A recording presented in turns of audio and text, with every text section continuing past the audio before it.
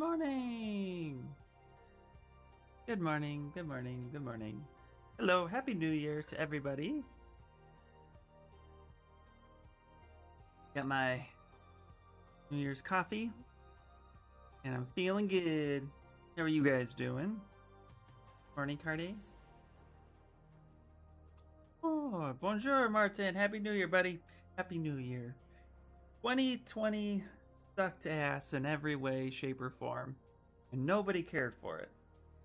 So we're going to go ahead and just move forward with 2021 as if 2020 never happened. That's the plan. Good morning, good morning! Whoop, whoop. So here is my Iron Giant. Still have some work to do. Actually got a good chunk of work to do, but pretty happy with it so far. Can't really complain much about it. I think it's coming along well. Gonna definitely need to continue the hands and the feet, and then kind of clean and finalize up some of the joints. But yeah, I'm pretty excited about it. He's got birthing hits. Well, yeah, yes he does. He do. What can you do? Let me pull up my reference. Yeah, you just ruin it for me. Fine. Fine. How's everybody's doing? How's everybody's New Year? Martin, how was your New Year, buddy? You kind of been ahead of the game for a little longer. You hit there first. Oh. Okay. I think we need to, definitely clean up a few things. With actually, we could probably clean up his hip a little bit. Make these. The problem is that some things are now feeling small and not working right, so we got to adjust a few things. So we're gonna do that. Throw everything on the ground. Because I'm an adult. It's what I do. But yeah. Does anybody here believe in New Year's resolutions? It was fine, no rockets in my country because of a lockdown at New Year's Eve. Nice. That don't stop us Americans. There was people shooting off fireworks right down the street from my house. That's what it's stupid. But whatever.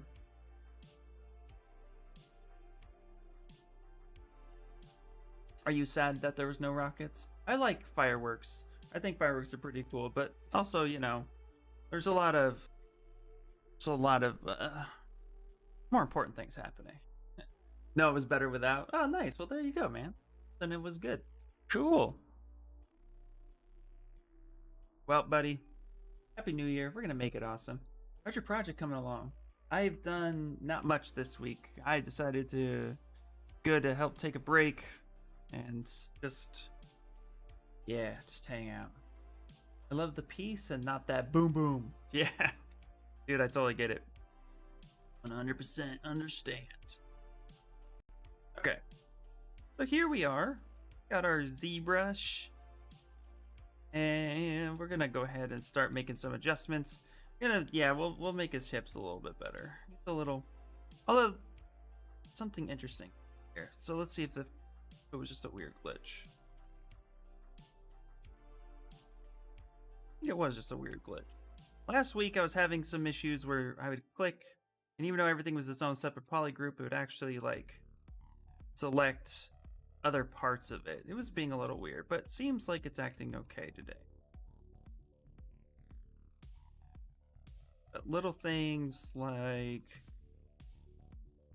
this was happening. So I'm gonna have to fix little guys like this. Go ahead and do that. Want that one. There we go. There we go. The black eyed peas must have been right? There you go, yeah. That is very accurate. Now we're gonna go ahead and just put an edge loop right there. We're gonna clip this both sides. Go ahead and we're not going to delete hidden. That's no good.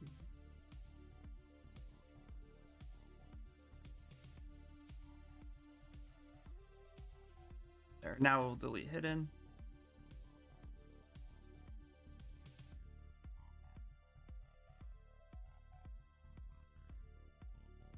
Now we need to cap this off so we can actually use our Z modeler to do this. On the edge, we can just hit close.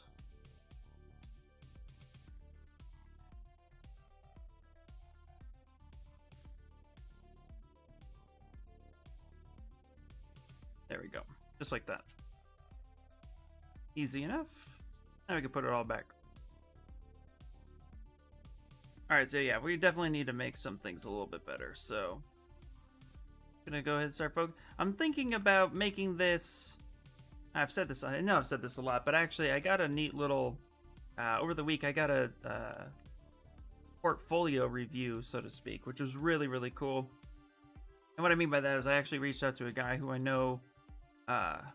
who works for Todd McFarlane Toys, and he actually just got hired not too long ago. So I asked him if there's work available, and he had said not at the moment, but he took a look at my portfolio and he really liked what he saw. And then he just told me, he's like the only thing you need to do right now is just focus on articulation. He's like, so whatever project you're working on, if you can articulate it, do that. So that's actually what we're going to be focusing on a lot. I have Vegeta who's stored up, and then I want to finish this piece that I think would go great for articulation. So I'm thinking that that's what we're going to end up doing with this piece. And I know I've said that before, but like dead serious. Like I think we need to do it. So that's going to be the goal, is to get it to be moved. Even if it's just simple articulation, I think it would be good just to start it that way. Holiday! Hey there, and everyone, happy New Cheers. Or New Year's cheers. Yay, New Year's cheers. Happy New Year's cheers. Cheers to you too. Welcome in, welcome in. I thought I was the only crazy person who was awake right now. So it's nice to see other people awake. Okay, go ahead and delete hidden. Yeah, Starbucks is dead. Oh, hello! So that's what we're gonna do. No choice. And Martin, clip that. You're gonna be holding me to it. So that's what I would like to do. I think it'll be great.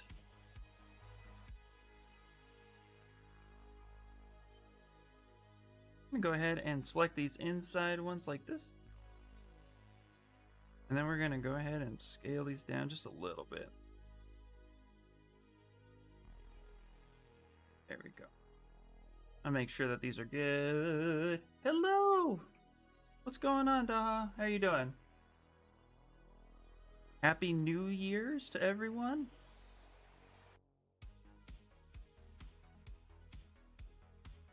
Good. Squeeze these in a little bit.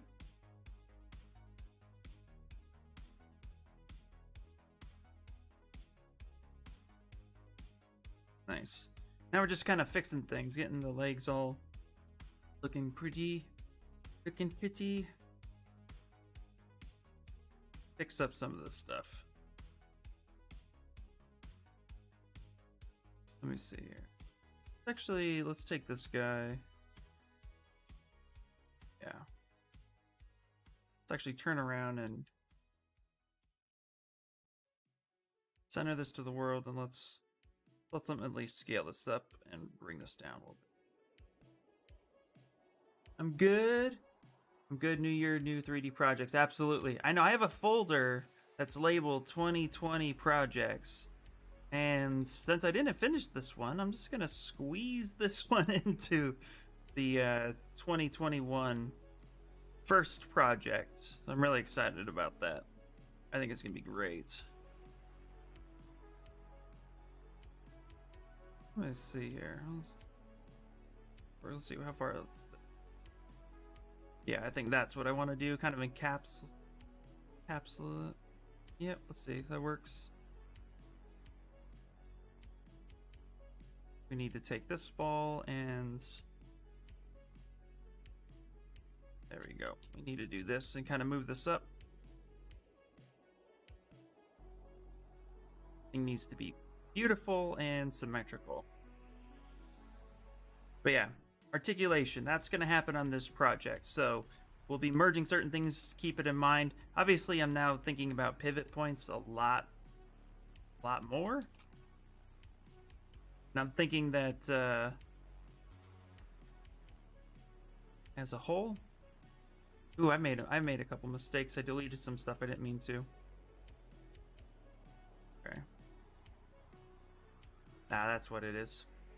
Oops. Okay, scale that back up. Move that in. There we go. Yeah. I just want those two deleted. Okay. Yeah, get rid of that. That happens. That delete hidden can be dangerous, guys. Okay. Now that I've scaled this up, one of the things I realize is I now need to kind of adjust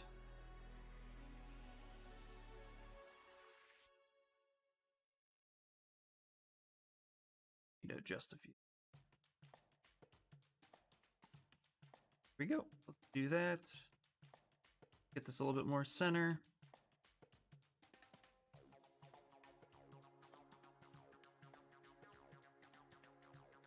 There we go.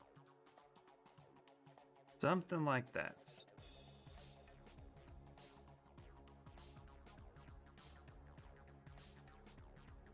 I think we need to scale that down. Get that pretty close. There we go. And that should be good. Hello, how are you doing? Good morning, happy New Year's. Just making some Iron Giant stuff. Go. Oh yeah, I was updating. Yeah, we'll stream right now. Thank you for the reminder. Yeah, let me just get this situated. And then we'll end up squeezing this in a little bit. And maybe pull that out a bit.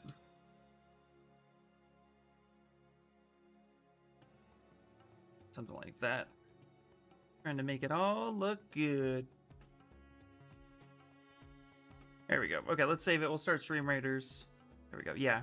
I mean, he still has birthing hips, but actually that's really long. I don't like that.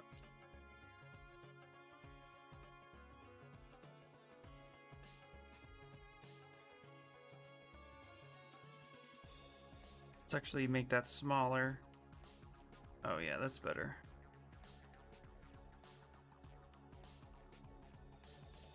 That there. Yeah, we can do something like that. I think that's pretty cool. Alright. Yeah, I think that reads better. Okay, let's go ahead and save it. And then let's get into Stream Raiders for those of you on the Twitch side. Is this art? Yes, this is art. This is Zbrush. This is 3D modeling. It could be used for either video games, sculpture structures, VFX, movies, 2D art. It can be used for pretty much anything. When I say 2D art, I mean you could design a 3D model and then render it down to 2D field. But what is art? That's a good question, Bob Ross. That's a good question. All right, let's put Stream Raiders back up. Do I make video games? I do not make video games. I make toys. So I make primarily static statues. I can give you an example, actually. You check out my portfolio, you'll see a bunch of stuff, but I make... Whew, that's a big thing. What happened there? 1 second. I got really big. Let me stretch that down. Anyway. That was weird. But I make static statues, like collectibles, and articulated toys. Fun little stuff. Anything I make is usually made for 3D printing. And here's another one I did as well. Gravity Falls.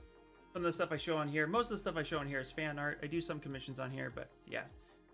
Most of the stuff I make is for toys, 3D printing.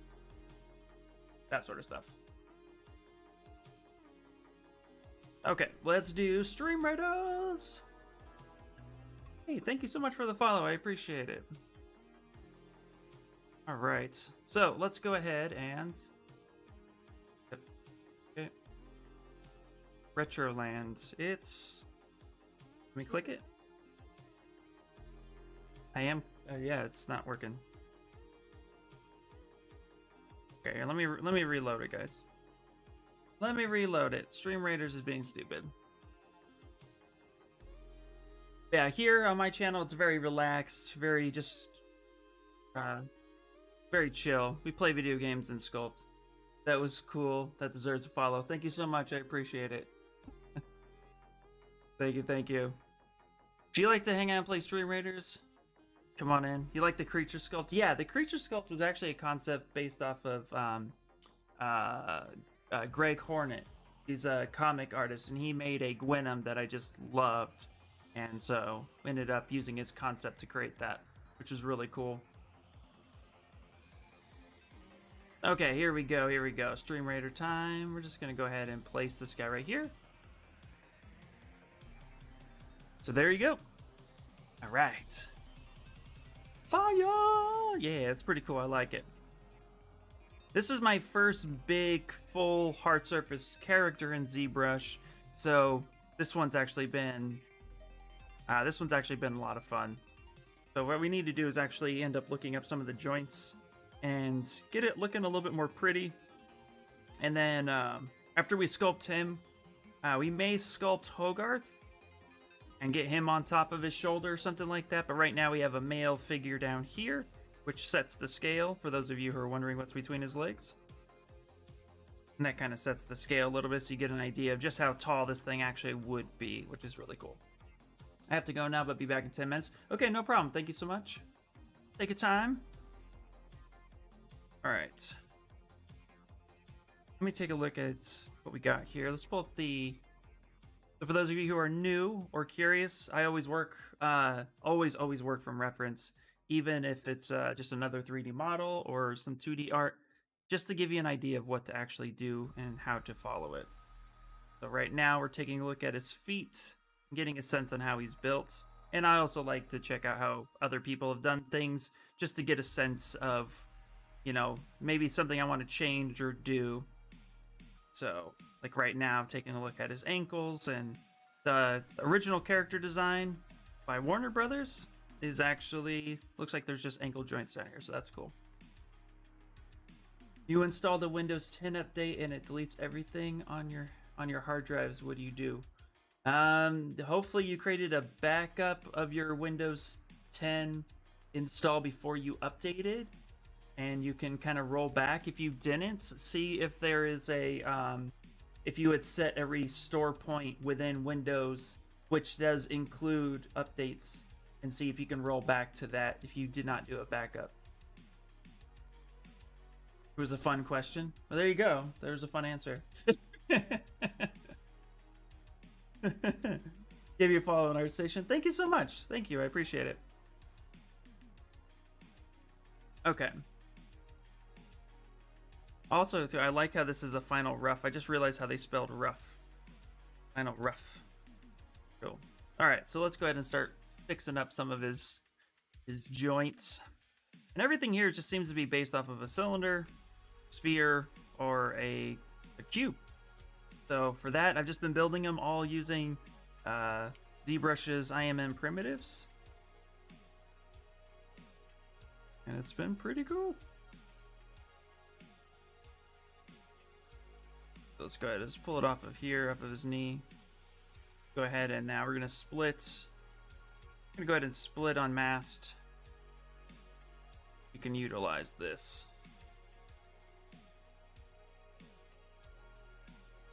There we go.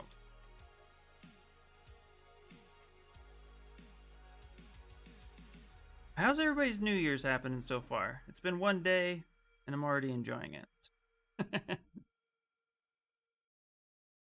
You know what? I'm gonna go ahead and remove that. Go ahead and delete this. I have another approach I want to do with that. Just go ahead and insert a cylinder right here in the middle. I'm gonna go ahead and delete loops. That way I kind of want to squeeze it down. There we go. Turn off local sim. Sometimes it's easier just to work with one and mirror it over.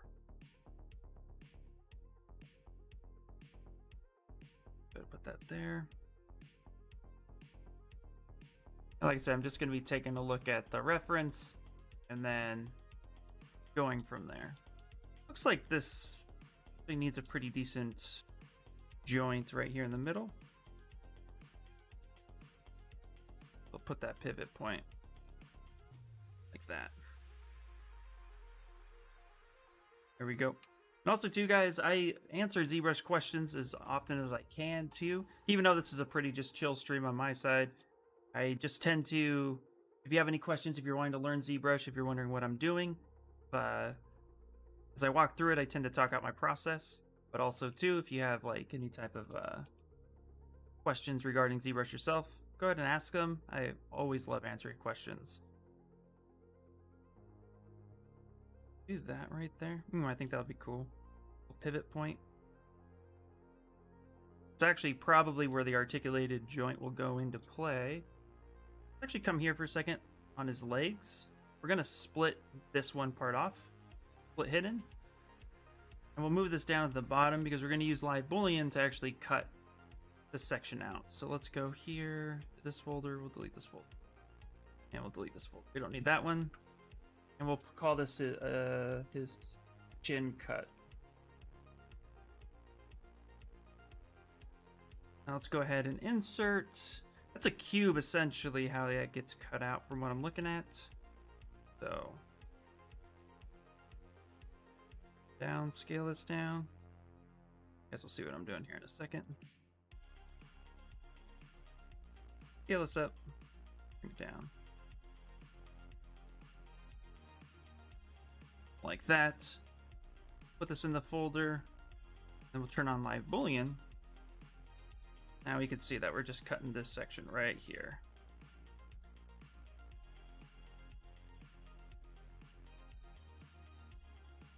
Perfect.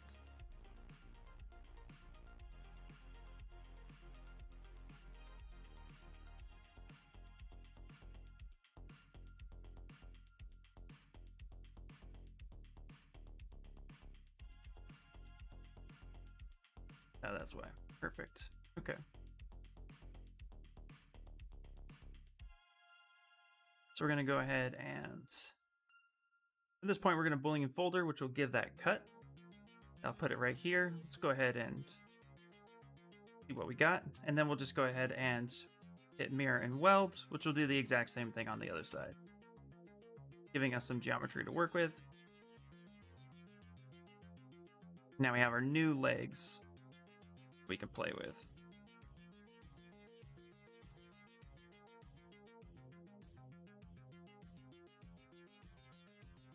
I can actually stretch that just a little bit. Bring that down. Because we're going to want range of motion here on this side, so we'll actually end up attaching this to it, and then this pin will actually control the foot.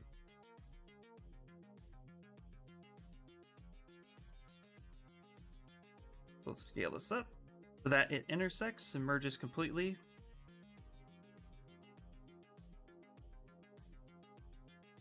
There we go.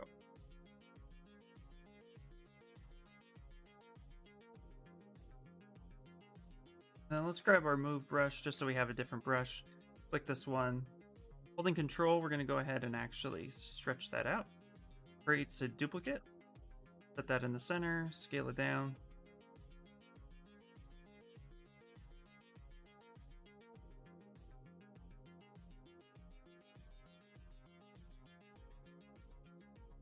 Now this will be that kind of cap and bolt. Make it a cap right there.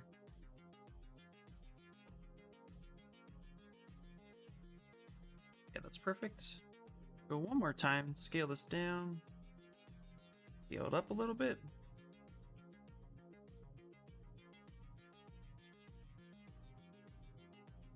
We'll make this look like a cap so it rounds off almost like it's screwed on. Let's go ahead and mirror and weld this. Oh man, Ian, you work so quickly. Yeah, I try. All right, let's go ahead and auto groups and mirror and weld so it keeps it both sides so we can do symmetrical. Grab this. Will you be able to print this and assemble it so that it's fully articulated?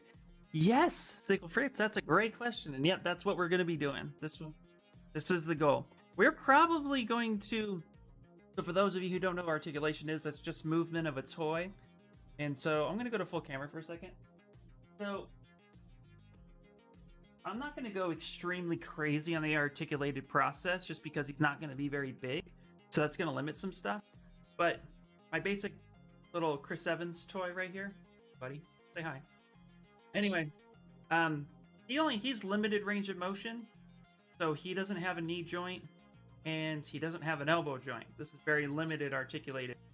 But his head moves and his arm moves and his legs. We'll probably do something a little bit more advanced where we'll have that basic movement. We'll have knee articulation, ankle articulation, and hip. And then we'll probably do the same with the arms. So it'll be arm articulation, elbow, and wrist. But I'll probably keep his hands post. And then that way you can actually just bring it up and rotate it around. That way he's kind of holding something. And then his head can be pivoted. His jaw will be static, but that's okay. It's the Iron Giant. He doesn't really need to talk. Yeah, so that's the idea of the articulation. So when I'm building these, I'm thinking about that the whole time. And I'm also thinking about how that's going to get printed, that's the complicated part, because when you're dealing with 3D printing, you're dealing with overhangs and supports. And so you want to make sure that the parts that you end up merging together will be watertight and can print correctly without a lot of support. So things like bolts and pivot points and screws and pins, those are all things I want to keep in mind. So yeah, that is definitely what we'll be doing. I'm really excited. And actually, a robot is a very perfect first time articulated project for anybody who's trying to get into it, because you'll be able to actually use natural pivot points within the robot. Like, he has a pivot point right here at his hips. So this part right here would actually be a pivot point right in this little section. So yeah, so like that's where his hips would move. That's where your natural hip joints would be. So things like that. Same here at the knee. We'll probably make something so that it pivots back and forth. But we'll start with basic articulation, starting with the hips and the shoulders and the head, and then we'll start breaking up the arms a little bit more. Same here with the rotation. This part will be easy. We can actually join his whole torso and pivot right here, so that this would be a pivot point. Let me back out. So this right here would be a pivot point. So then he would just rotate like that. And that part's easy too. So just creating the joints and stuff like that to make it work. So I'm really excited about all that. Yeah. So once we get to it, and we're actually considering all the small little details of the Iron Giant. He's not a very complicated mech robot. So details and stuff like that, there's really not a whole lot to him, which is nice. So we can keep things as simple as possible. Are you planning to present that type of stuff in your ArtStation post? Yes, absolutely. My next few projects will be fully articulated, so that way it can go into my portfolio. And yeah, then from there it's all good. So I'm really excited about that. Hey, what is up, Inspire? How you doing, buddy? All right, so right now we're just finishing up building his ankle joints. So we're gonna use the Z modeler brush for this, and we're just gonna create some nice little edges. So let's go insert.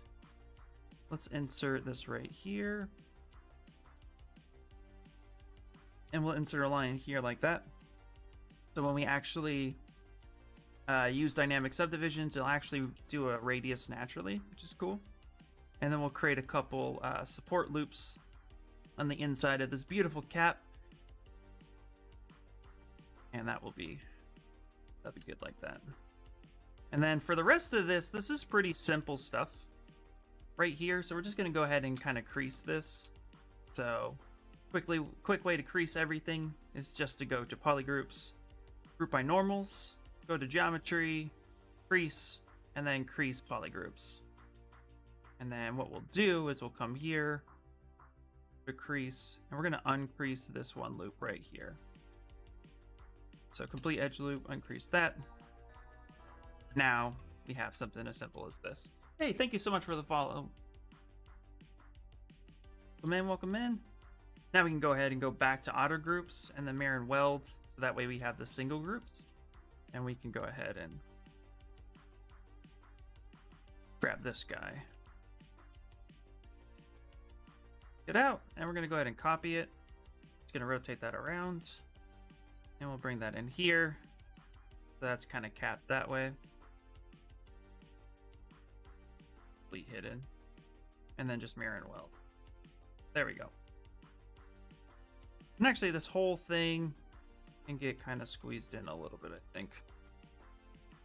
Dang, doing good. Just dropped the last part of Tails for the wash machine. Nice, man, nice. Hello, Happy New Year. Hello, Happy New Year, player 232K. Are you player 232,000? That's a interesting name. May I ask the name choice?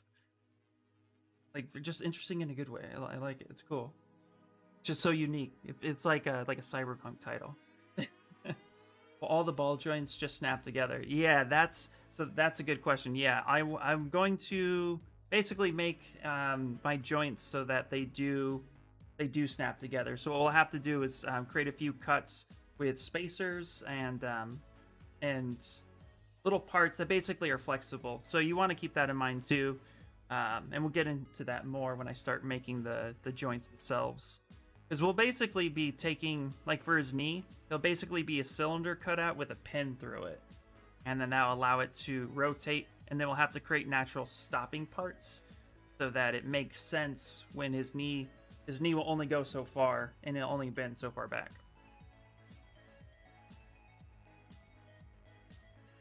DOB? DOBU what? UWU. Not sure what that is. Huh? I don't know. Well, welcome in. And if you have any Zbrush questions or just want to hang out and say hi, feel free to jump on. All right, we're going to go ahead and do symmetry, turn this in, and then we're going to go ahead and actually... Local sim will allow us to scale this down, because we made everything a little bit big. But this way, this will look a little bit more natural. And that's his point. Okay. We need to focus on the fingers more so than anything else. But the last thing we're going to do real quick is right on the front, there is a cylinder there. So let's go ahead, go to Subtool, Insert, Cylinder 3D. Name is my date of birth. Oh, nice. Okay, cool. That makes sense now. Yeah, awesome.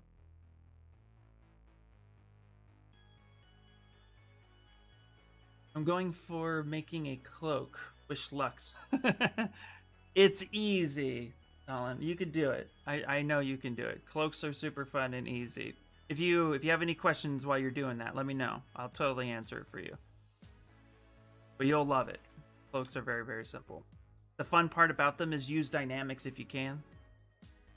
It's gonna make your life so much easier.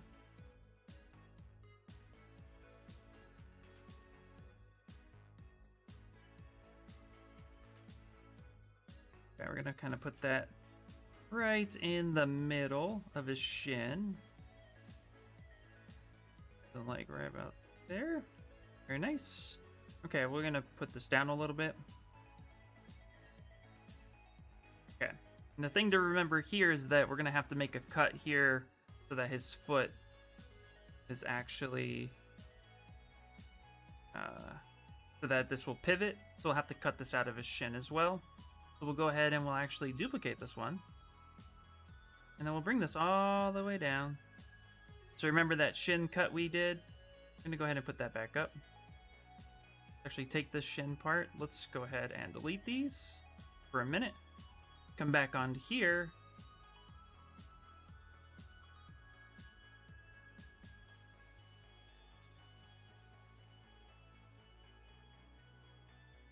Hide this for a second so that we can see what we're doing.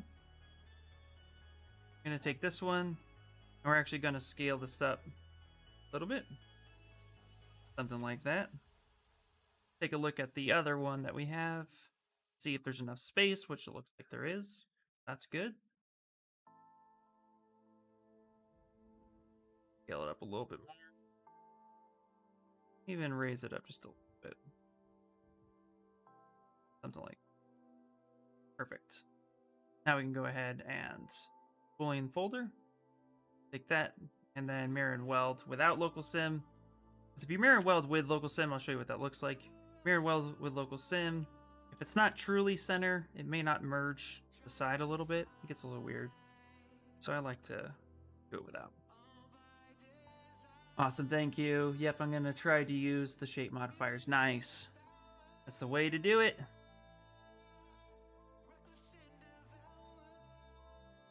Okay.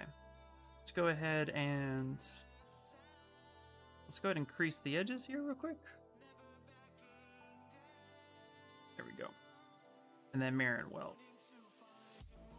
Perfect. Something like that. I think that's gonna work out pretty well. Foot's looking a little bit more robotic, which is nice. Now I'm thinking that actually, go back here real quick. Go ahead and delete this one. Come back in here. Let's turn this back on. Because I'm taking a look at this cube in particular. And it's just a little too big. So we can go ahead and reshape that. Just like that.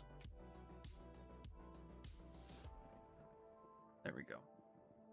And that's what I love about live Boolean, and you keep that folder there as long as possible, so you can always make changes on the fly. But yeah, that's gonna work. Now, like I said, we're gonna try to make his foot articulated. I think we can do that, but for now we're gonna focus on the simple stuff, and then we'll try to troubleshoot this later. What I am thinking is we'll need to kind of cut a spot within his foot, or maybe bring it up a little bit so that it basically we cut that section out and then that snaps on. But we'll troubleshoot that last. That can get complicated quickly, so one step at a time. All right. Grab this, hold control, drag this part out. And we're going to go ahead and create a new poly group, Control W.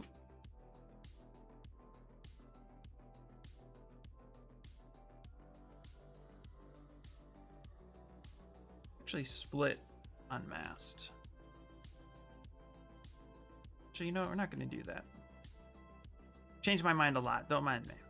We're just going to go ahead and actually insert, we're going to insert a 3D cube that gives us this. Come down to initialize, and we're going to make this a single, basically almost single-sided. Super low, no subdivisions. Control W makes that a solid poly group. We're going to make foot head, like the pad of his foot will be out of this. Get this going like that. Right.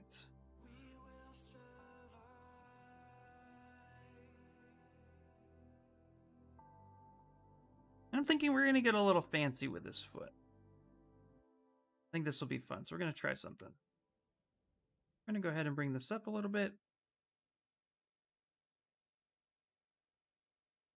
Go like this. Looking at the reference, his foot itself is pretty flat and basic. Very cube, rectangular shape.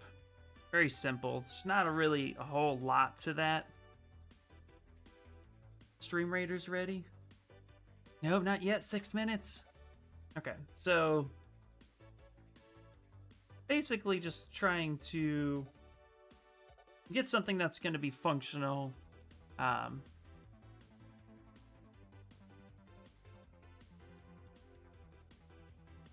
Let's go ahead and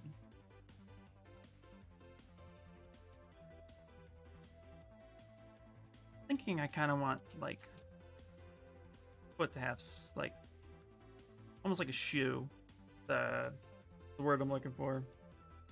Like, oh my god, I can't think. Anyway, the archways in the shoe, the little crevices in the shoe, I can't think today.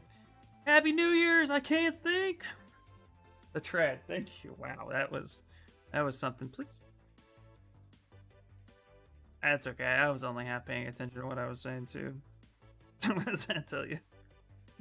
Okay, so we're gonna do something like that, and then I think what we're gonna do is I'm just gonna kind of select. Actually,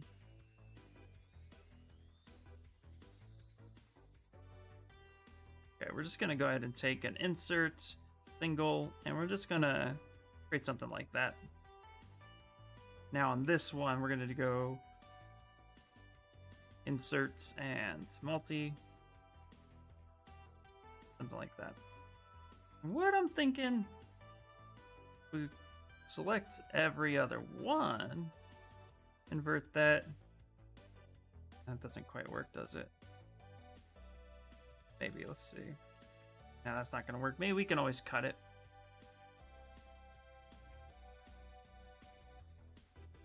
Tread lightly. Pretty nice that this guy gave you a portfolio feedback. Yeah, no, it was really, really nice. Yeah, I just sent him my portfolio and asked him if he was looking for work. Or if he had work to give. I was looking for work. And he looked at my portfolio and he was just like, man, he's like, yeah. Like, your sculpts are awesome. We really like your work. He's like, we're not hiring right now. So, while you have time, you know, make sure you show your next articulated project. Because that's what he asked. He asked if I can do it. And I was like, yeah, I can do it. He's like, well, then we just need to see it. And I was like, okay, fair enough. So, that's what we be doing. And it was cool, too. He even said, like, so this is a tip if you're going to be showing articulation in your portfolio. He had said, make sure that you show little animated GIFs of the actual movement in your portfolio so you can see, like, oh, this is how it is. Like, so this is the joint part. Like, it'll show how it bends while I'm looking at it so I can get a sense of how the toy moves. And I was like, ooh, that's perfect. So that's what I shall be doing. Okay. Let's go ahead and save this real quick. So going from just static, mainly static, to articulation, I'm really excited about how this process is going to be. I can't wait. Okay, let's go ahead and Control F, and let's call this the foot sole. There we go. And what we're going to do now is I'm actually just going to duplicate this. Control Shift D is the shortcut. And then we're just going to go ahead and do something like that.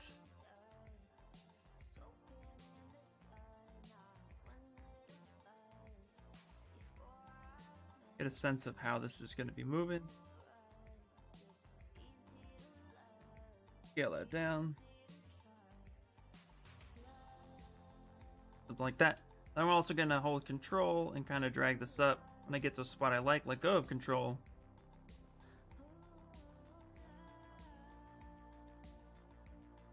Now I can kind of move the whole thing. So that's like the coolest thing ever. Oh, that's a lot. I don't like that many.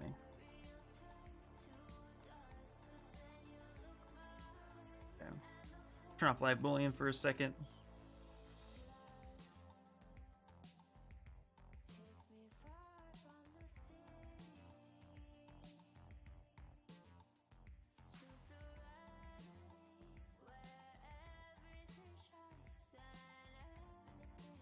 That's too much.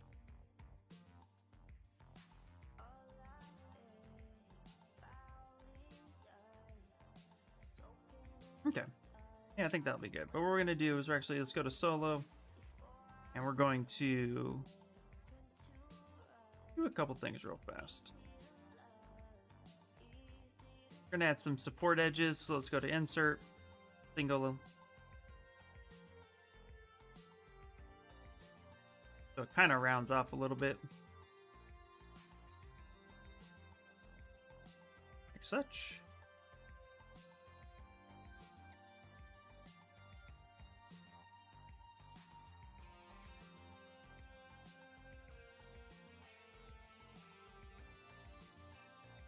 That.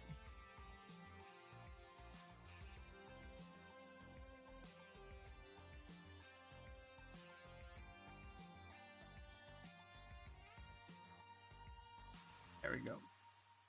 We get a natural kind of radius that happens within inside of his boots. Or his sole, I mean. That's...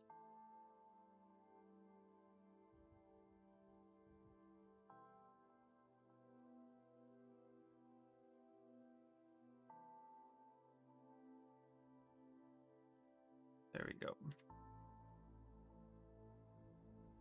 That.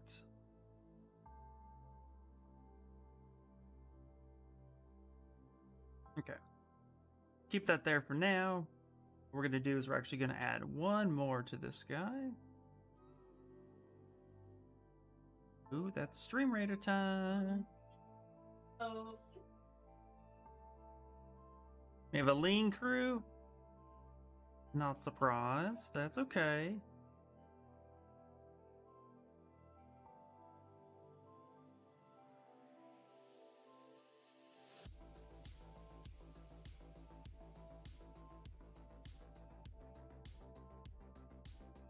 It's okay. That is okay. I'm gonna go ahead and kind of give it a little bit more.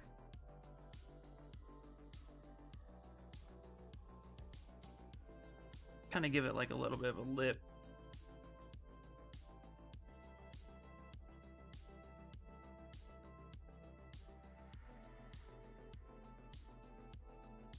Never used ZBrush before. What is the technique used to cut out from an object using another object shape just like you did? Okay, thank you. Hey, so there's the easiest way to do it in ZBrush is actually with live boolean.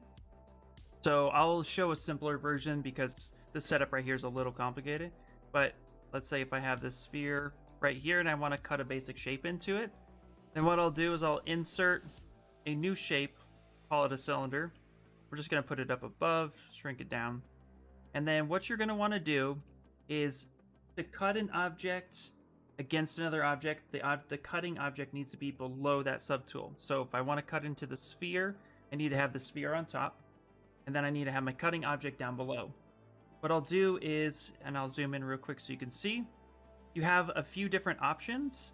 You have basically a solid union, which is what this circle represents. The second one is actually representing a cut. You can see kind of like that white sphere with the black, the black cylinder with inside of it. I mean the sphere with inside of it. So that's cutting. And then this this other one is actually is more of like a what's the word I'm looking for? Like intersection. So it actually will take the two objects and cut out what's in the middle. So we're gonna want to pick the second one, and then when you turn on live boolean. Go back for a second. Where did it go? Oh, hold on. I need to initialize. Let me do that real quick. Always make polymesh 3D. Always make polymesh 3D. So take your sphere, insert your cutting tool, bring it up however you would like it, like that second option, live boolean, and now it's cutting against. What's cool about this is then you can actually manipulate the shape and the size, and that will actually cut against, but it's not permanent. This is actually a temporary solution. You want to make this cut permanent once you're done with it. Let's say you like it. What I recommend is put everything into a folder.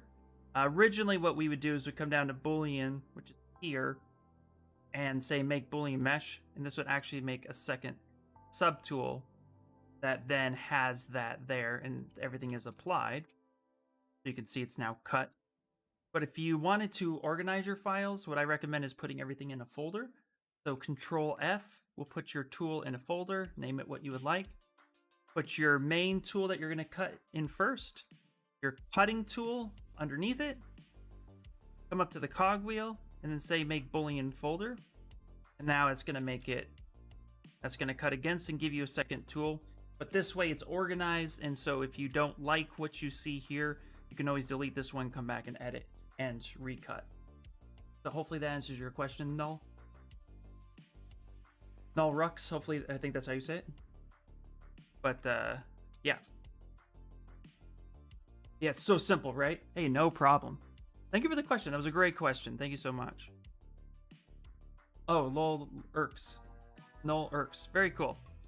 Sorry, I try not to butcher names. I'm terrible at that. But thank you so much for the follow. And let's go to Stream Raiders, because that's going to be I love Stream Raiders. It's gonna be awesome. It's gonna be difficult. Do it. That's awesome. I love it. That's great, man. Glad to help. All right, let's do it. People just call me Null. Nice. Zbrush. Oh, I'm trying to be. I would love to be a Zbrush master. I just do what I do, and I do it every day. All right, guys, here we go. We're gonna get our ass handed to it. Let's see what happens. Here we go, guys. Here we go. First Stream Raiders of 2021. How's this year gonna go? Oh, no, don't use this as a basis. Don't do that.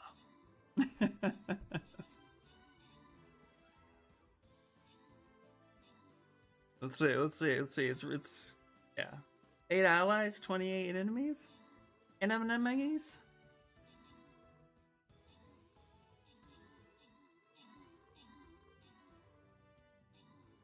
I placed as many as I could. Nice. Very nice. Hey, we're not doing so bad, guys. I'm not gonna jinx it or anything like that. Just saying, we're tie 8-8 allies, enemies. Look at that. No, guys, look at that. I told you. This is how awesome this year is gonna be. There's right there. There we go, guys. There we go. Look at that.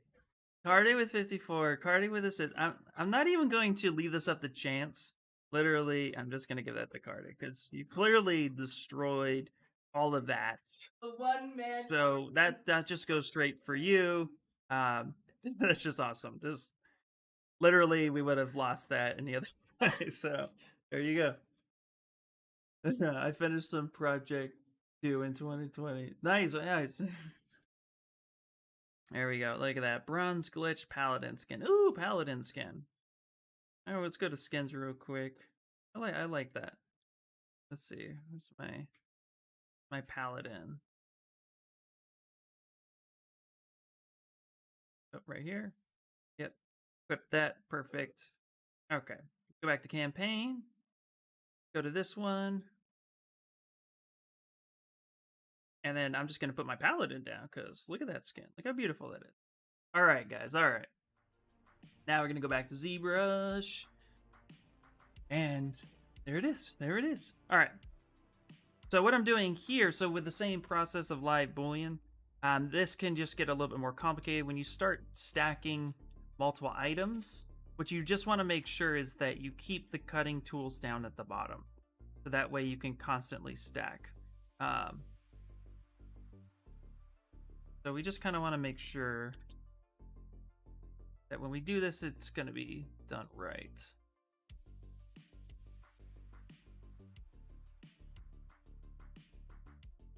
This one in particular, not quite sure why it's cutting against, so we need to troubleshoot that.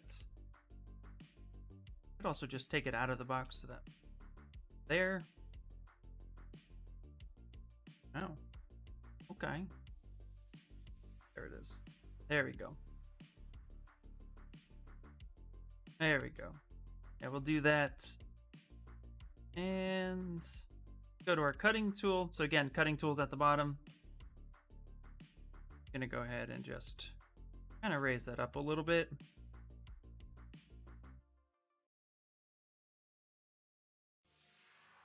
So now that the cutting tool is cutting into both, it's cutting into both the top and the bottom.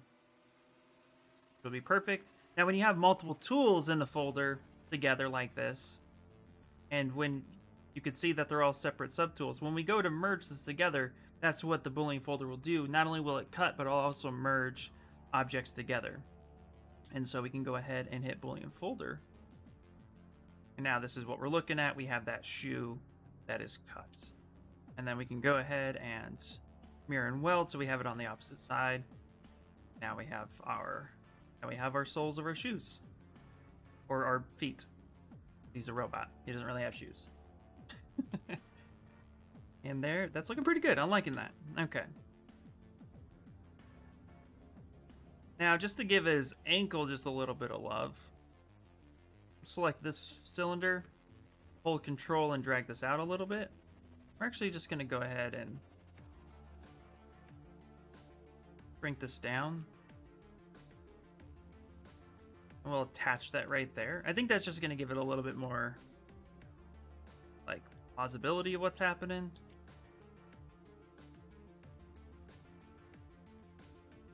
Okay, when that happens, when you get something wonky like this, again, if you delete the objects on the screen right with a face coming at you and hit delete hidden, and then turn off local sim and mirror and weld, they'll mirror and weld back correctly. So if you ever get lost, that's an easy way to do that.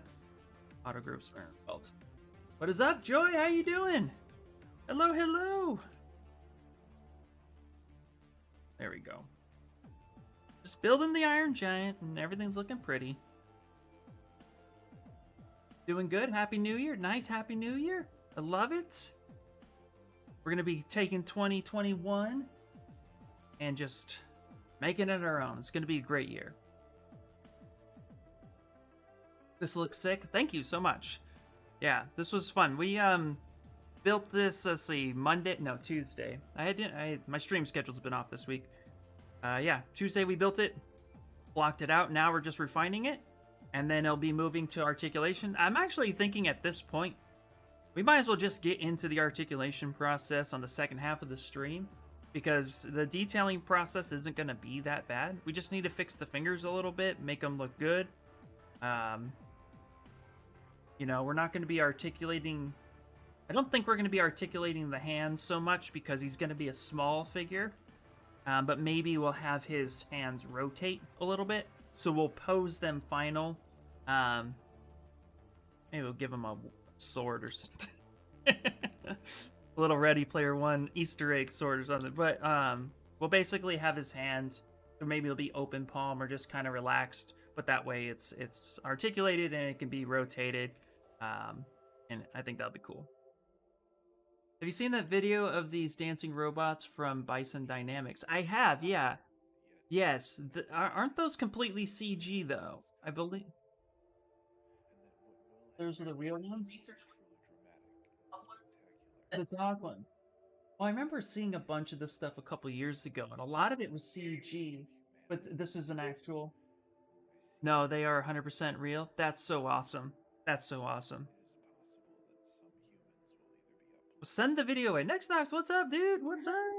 Hello. Send me a clip, because I want to take a look at it, because I've seen some of them, but I've seen a lot of them that have, like, I don't know. I've seen a lot of dancing robots over the last 10 years. But yeah, I've seen a good chunk of it, and they do look cool. Those are pretty neat. There's a real company specialized in military robotics. Oh boy. Skynet.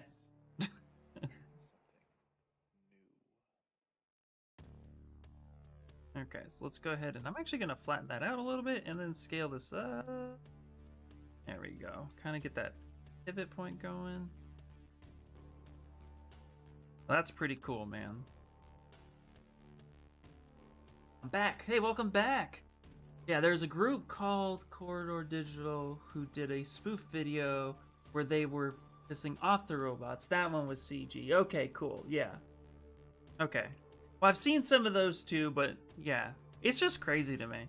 The days of Iron Man being a fake thing is long since past. Like, it's crazy to think that there's just so much happening. It's just crazy to think of where it's all going. It's insane to me. I mean, but you know, with type of electronics and stuff that are around. Yeah, it's pretty cool. Grab that one. No, I do want to grab that one. And then we're going to kind of scale this in a little bit.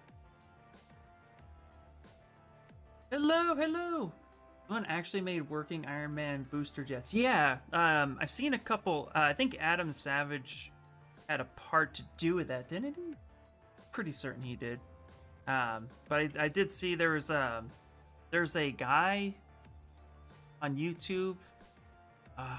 He's very Tony Stark inspired guy, but he makes a lot of stuff. He's made a lot of stuff with, he's made like Wolverine's claws. He's made Captain America's shield, like all functional stuff. He's made a lot of. I think he's also currently made the original design of a lightsaber so to speak, with the whole like battery pack and stuff. It's insane what's going on with science, and I just love it. I think it's great. Science. Hacksmith, yes, thank you, yes. Yeah, that guy's good. Yeah, nice hat, my dude. Thank you so much. Yeah. Whereas in the movie industry, we always cheated. I know, it's crazy, right? Yeah, sounds like Hacksmith. Yep. Yeah. Favorite thing about Iron Man tech is Iron Man cosplay. We have fans that made suits with actual movement. Absolutely. Yep. Adam Savage is currently rebuilding his mech, the original setup from the original Iron Man, the one he made in the cave. That whole setup. He's rebuilding it because I guess he had like parts and stuff that was the original design that didn't make it into the film, but was inspired. So I've been watching him do that, which is cool. Mark 1, yes. Yes. Are you watching it too, Snickles? Zbrush, don't crash on me. I ain't that big.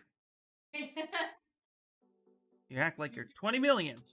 There's just a lot happening. Didn't Hacksmith also make the Batman grappling hook gun? He did, yeah. Absolutely. Yeah. He just did the helmet the other day. Yep. Here's the Coral Digital. I want to see the real one. I don't want to see them abusing robots. Did he post a link? Yeah. Oh, okay. Hold on. Click it. I did miss it. It's a lot happening. This one. We'll mute it so I don't want to get... Do You Love Me? I don't know if the song's copyrighted. Yeah, but we could just put our own stuff on it. I'm gonna lurk and set up my stream later, Ian. Can't wait to see the end result of this. Thank you, Joyce, so much. Absolutely.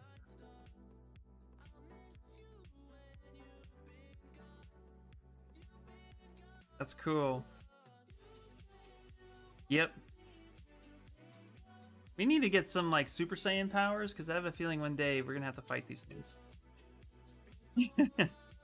That's so cool. I love it. Yeah, I did see this Adam Savage's tested. Looks great. That's freaking fantastic. Dude, check out the photo I just posted in the 3D Discord. Hold on. I'll load it up. This is their victory dance. Imagine being... Oh man, I don't even want to think about that. That's gonna be brutal. Where'd you post it again? Inspire in the 3D print. Oh boy, dude, look at that. That's cool, man. I like how you have Olaf broken up in the background there. Look at that. That's cool. Yeah, I saw how big I looked at the files. I saw how big it is. I'm gonna probably scale it down a little bit for FDM, so I don't spend like a week printing. But it looks great, man. That looks really good. That's really, really cool. They have better dance moves than I do. They really do, right? I really need to get a goopy boy. Yeah, you do. You have to, Next Knox. Yeah, still wondering if they have some sort of neurological brain. I wonder what they're doing. That's 24 hours on the Mars Pro 2. Yeah, well, it's a big boy, man. Yeah, that's a big boy you printed. He's talking about a resin printer. Oh. Goopy boy. A goopy. Yeah. Little goopy goop. I'm actually surprised, Next Knox. I'm really surprised you, of all people. The man who introduced me to 3D printing like 7 years ago, you don't have a resin printer. That baffles me, my friend.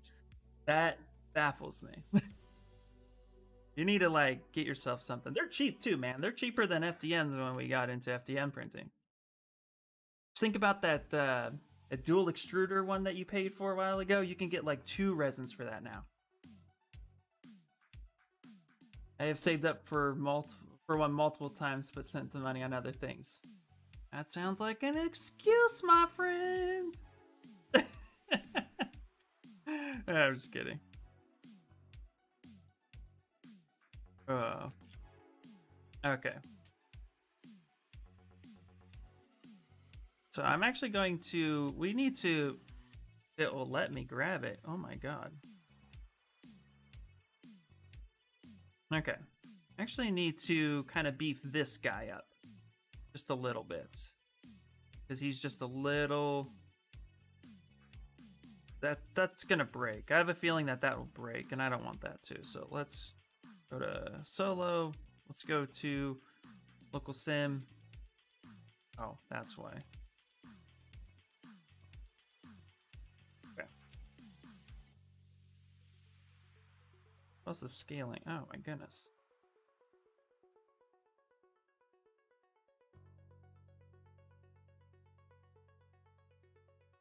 Why is that?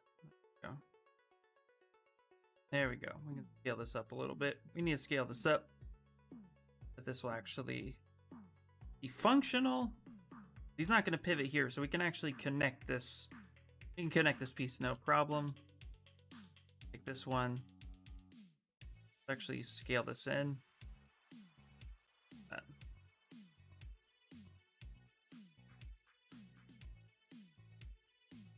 Yeah, let's do that. That way that merges correctly there. And we'll make that one piece. In fact, what we'll do here, let's come back. Let's actually go ahead and scale this up. And bring this in. So it looks like one piece, which is what we need it to be. Go ahead and select these guys. Yeah, just not sculpting enough right now. No, totally get it, man. I totally get it. Honestly, depending on whether or not I can create a couple of my own IPs and stuff like that, you know, will depend on whether or not I get a bigger guy myself, just because I was thinking about opening an Etsy shop, but I know that takes time. So, but it would be nice to have a bigger printer to then get stuff knocked out a little quicker. Go ahead and bring this up, and let's pivot this in. If you ever need anything printed next, Knox, man, right down the street from me.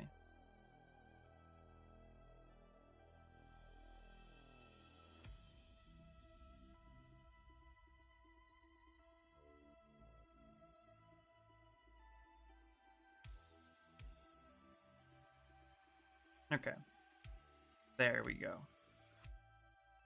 That makes a little bit more sense now that that's merged in a little bit. Been brainstorming my OC. Oh, yeah? The dimension I used to be able to just throw my prints on a machine at work. Yeah, that has proven difficult lately. I'm sure. Oh, dude, I am absolutely sure. Yeah. Nothing currently. Yeah, no worries, man. Hey, what's your idea for your original character? Inspire. For me, what I'm thinking about doing is I'm thinking about taking I want to take like epic stories of ideas, you know, like I want to take like a theme like a barbarian and then make a really amazing badass sculpt off of that, but it's my own concept based on that idea, you know, kind of like a Conan the Red Sonja type thing. Or I saw this image of this really sick serpent with a statue sword through his head. So stuff like that. I want to do stuff like that where it's a play on stuff that people recognize and would understand, but not spending the time developing an IP that maybe nobody has interest in. So it's like I'm not trying to create my own TV show, but I definitely want to create original sculpts that I can definitely, from there, turn around and sell on my Etsy or sell the STL files or something. Do it. Yes. Yes, indeed. So... because I love fan art, but, you know, you guys know how I feel about selling fan art. So we just not a topic. So I think that'd be really cool, be able to do that stuff. Okay, I'm going to take this guy real quick. Need to... seeing this part on his chest is actually... I'm not liking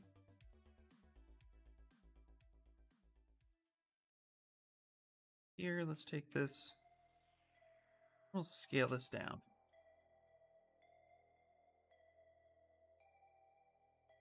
Touch. Well, actually, that might be okay. You know what? I think I'll leave that there. maybe what we'll do is take this guy. I think that's what it is. Let's actually take a Z modeler brush so I have no edge loops on the side, no supporting edge loops. This thing kind of bows a little bit. We're going to add some supporting edge loops right in there. That way when we subdivide it, it's a little bit more, there we go. It's a little bit more linear and straight, doesn't bow in any weird direction. But now what I can do is actually grab this. Let's take this guy. It's like this right here. This right in the middle. You can kind of scale it in a little bit. Even come in more like that. And down. Yeah, that'd be incredibly cool, Ian. Oh, okay, cool. So let me know what you think. Yeah, absolutely. Hold on one second.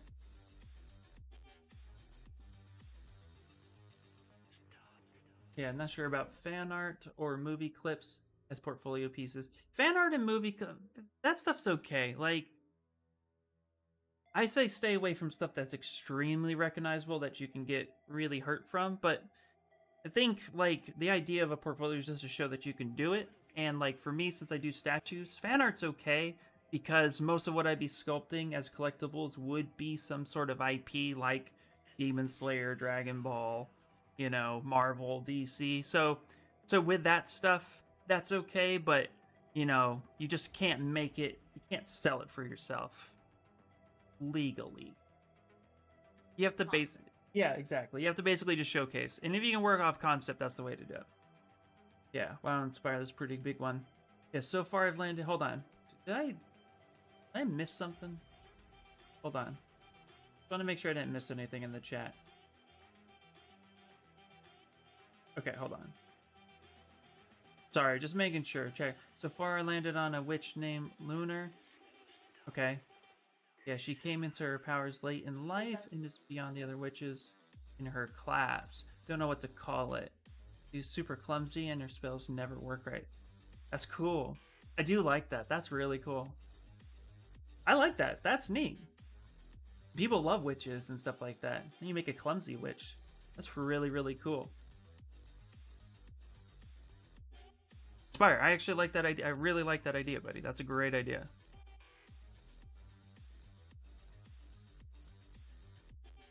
If you collaborated with a 2D artist who actually could do like a little short story comic, can you imagine? Then you sell the collectible figure with a little comic short story that goes with it, so that like there's actually backstory to something that is original.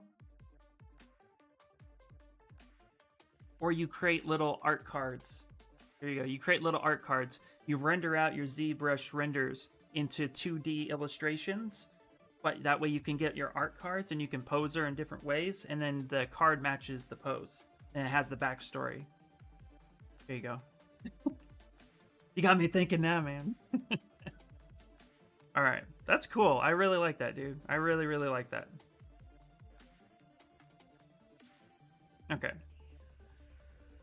So, where was I at? Fingers. Let's get to the finger part. And what I want to do is actually come here real quick. Let's grab this guy. Okay, we're going to go ahead and just kind of select here and select here. Oops. Grab that center one like that. There we go. Oh, no, I had it right the first time. So my main. Grab this one. Grab this one. I want that center to be left alone. There we go, because I want to scale this down a little bit. There we go. I did it right the first time. I just second guessed myself. Don't do that. Yeah, I wouldn't mind working with a 2D concept artist on this. I figured that some sort of little backstory would help. Absolutely. Yeah, with the idea of what it is that you're doing, a backstory is always going to be helpful. So, I like it, dude. I like it a lot.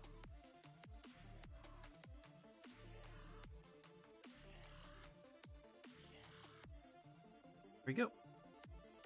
Thing, man, we live in a world that you can like have an idea and then you can go with it, and yep, or you know it, man. All it takes, one good idea. Hands. All right, splitting off the hands for a second. I've been watching a podcast about game industry, and basically, to be short, if you want to work in a AAA work based off concept art, stay away from original stuff because it won't be your job to be the original theme. Job is going to be to recreate it. Yes, that is 100% correct. Yeah, if you want to work with a AAA studio, the advice that was given to me by Shane Olson and a couple other guys, for those of you who don't know, the reason why I would drop Shane Olson's name is because I'm a student of his. You want to match your style to the AAA studio you're trying to get in. So if you want to work for Blizzard, pick the IP of Blizzard you want to work for, and then match your portfolio to that to a T. Do not try to deviate and create your own stuff. It does not work. Same with Overwatch, all that stuff. That's because they want to make sure that you can replicate from concept to reality and match style. Because a AAA title takes hundreds of people to produce, and you all have to have work that's very similar to each other so that it's recognizable as one IP, not multiple artists. And that's the important for it. So yeah, stay away from original stuff. However, that doesn't mean you can't work on original stuff. That just means that you shouldn't showcase it with the portfolio trying to lend towards AAA games. I would say at that point you would want to start creating multiple portfolio pieces. So create one that's like, look, here's my work. I want to work on Overwatch. In the meantime, I have a second portfolio piece that is dedicated to Sideshow. I want to work for Sideshow. This is what I do. So those are little things that you want to kind of, that's when you start breaking up that those portfolios to match. And actually ArtStation's good at that because you can actually create subfolders of things like Overwatch style, Call of Duty style, Sideshow style, Marvel, fan art. You can categorize all that if you wanted to. But yeah, you're absolutely right, Marvin. That's exactly what you want to be doing. Yeah, they want to see if you could just get it right in and do the house style right away. Yes, exactly. Yep. Yeah, and they don't want to sit there and play around with people who just don't know at the moment. They want people who can just get it done. Which is important too, you know, all that's really important, so. Okay. So we're gonna go ahead and focus on his hands a little bit more now. And robot hands. What I'm gonna do is I can't really clearly see the, hey, robot hands, show me your hands.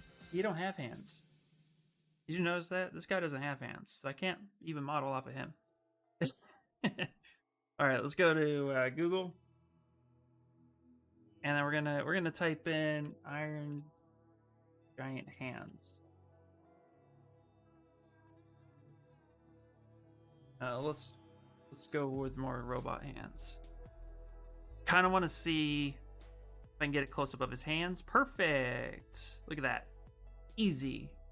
Gotta ask Google the right question. Drag that into my pure ref. Now I have it for life. Ooh, here's another one. This one's more detailed. It's more Lego. Ooh, that's a Lego hand. That's cool. It actually doesn't.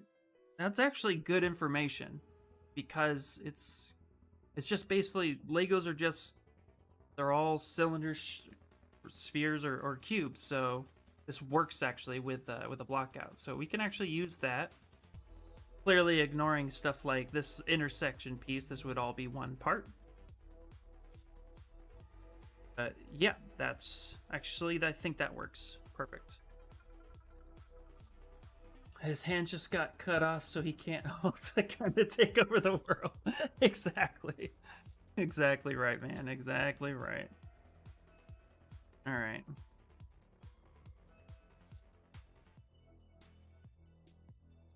Okay.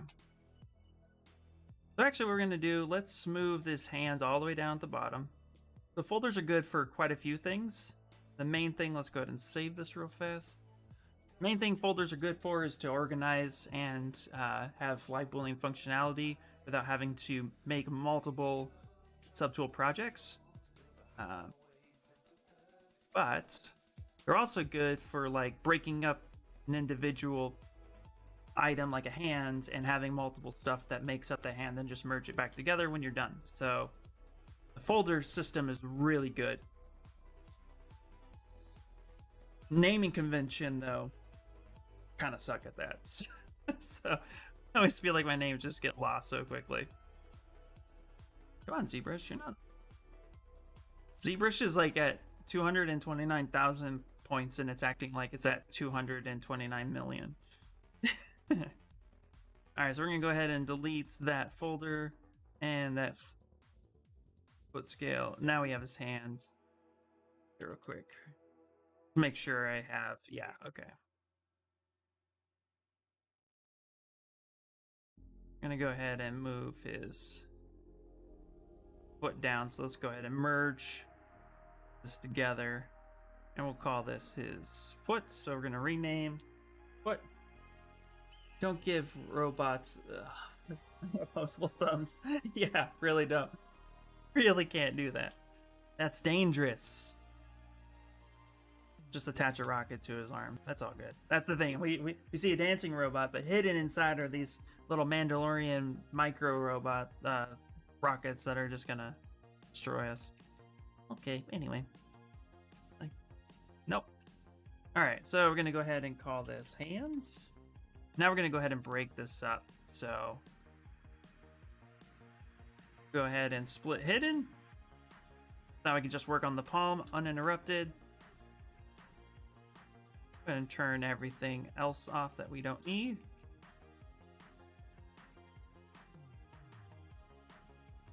And this thumb is just atrocious. As well as we're not going to need these. We're only going to build one finger, and then we're going to basically use those fingers. We're just going to duplicate those fingers. So no need in having all of that. So we're just going to go ahead and delete hidden.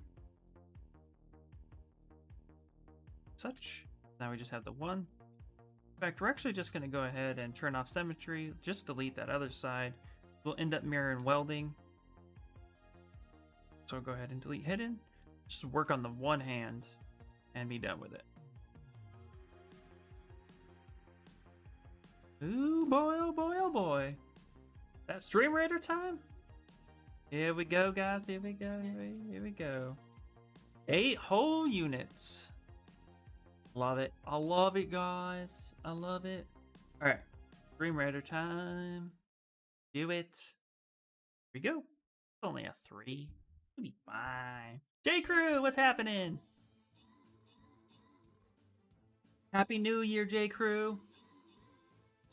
And Happy New Year to everybody who's just hanging out with me, waking up from their hangover.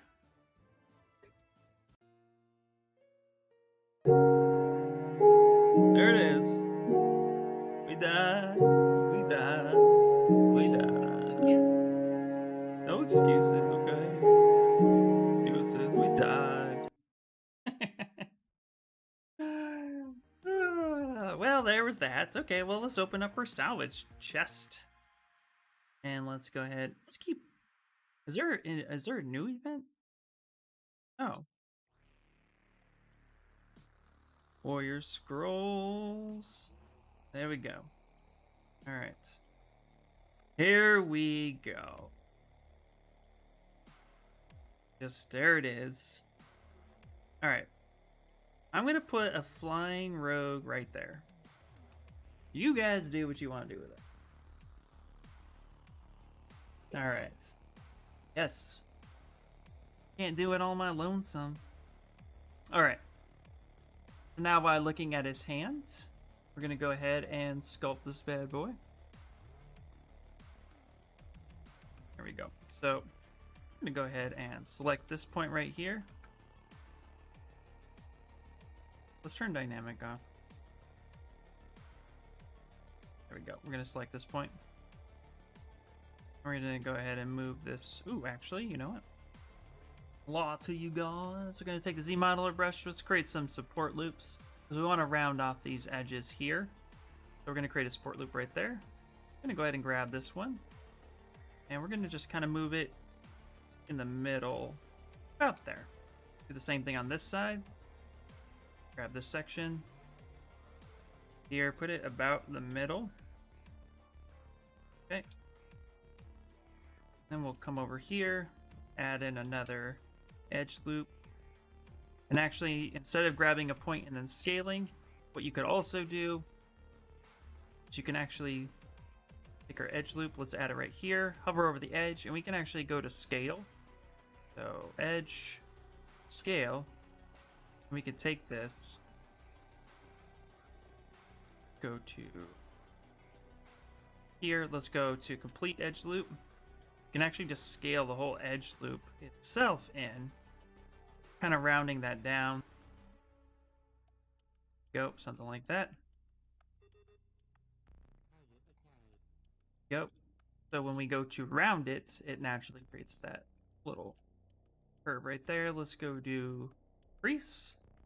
And we're going to go ahead and hold Alt, which will uncrease that. So when we round it, but let's create some new edge loops here. So uncrease, let's go to edge, insert, create a support loop there,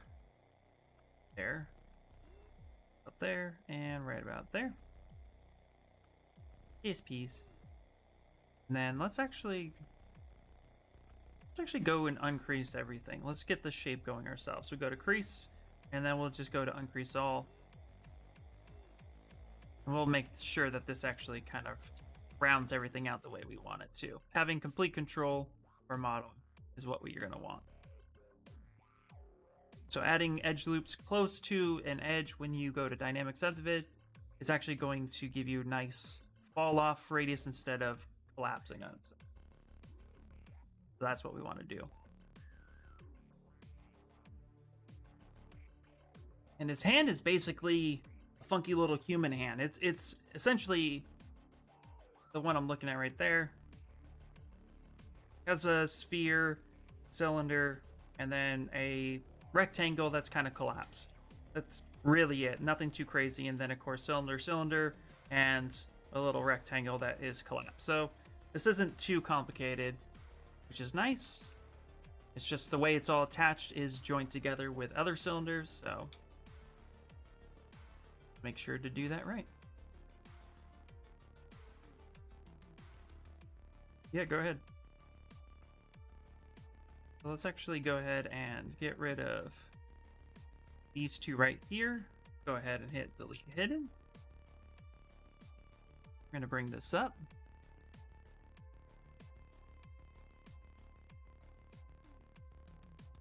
Now also what's really cool is we will have, let's actually go BIT, which will give us our basic primitive shapes. I'm going to get a cube right here. We're actually going to draw out a little cube as if it's going to be kind of a little knuckle plate.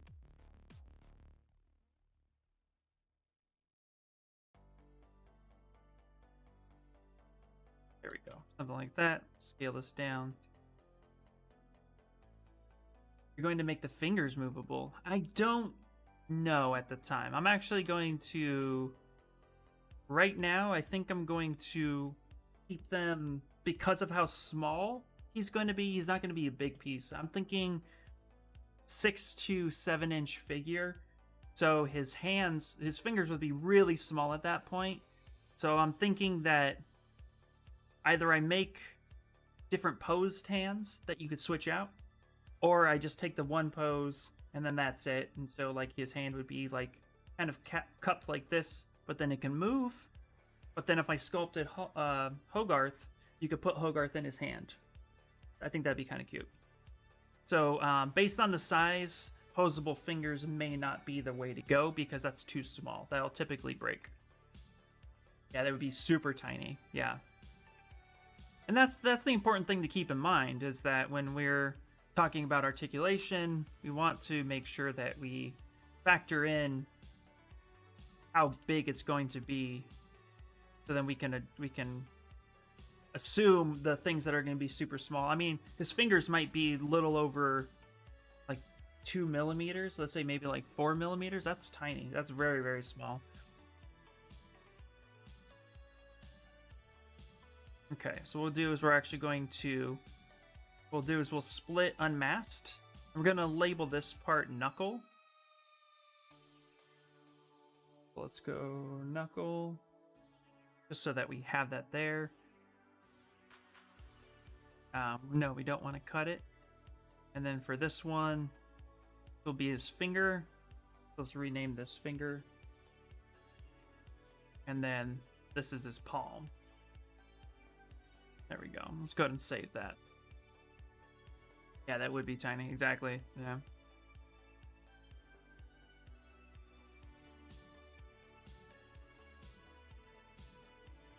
But we're gonna make it look like it would be movable. That's really the idea as a whole. So, for example, with this finger right here, we're actually just gonna kind of drag this up.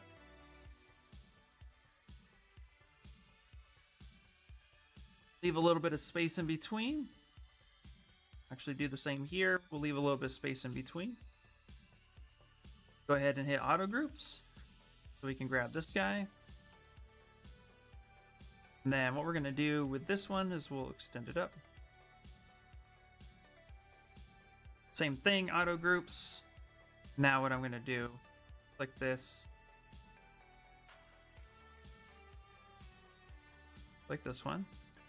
Switch it. Now with local sim selected, we'll scale it out.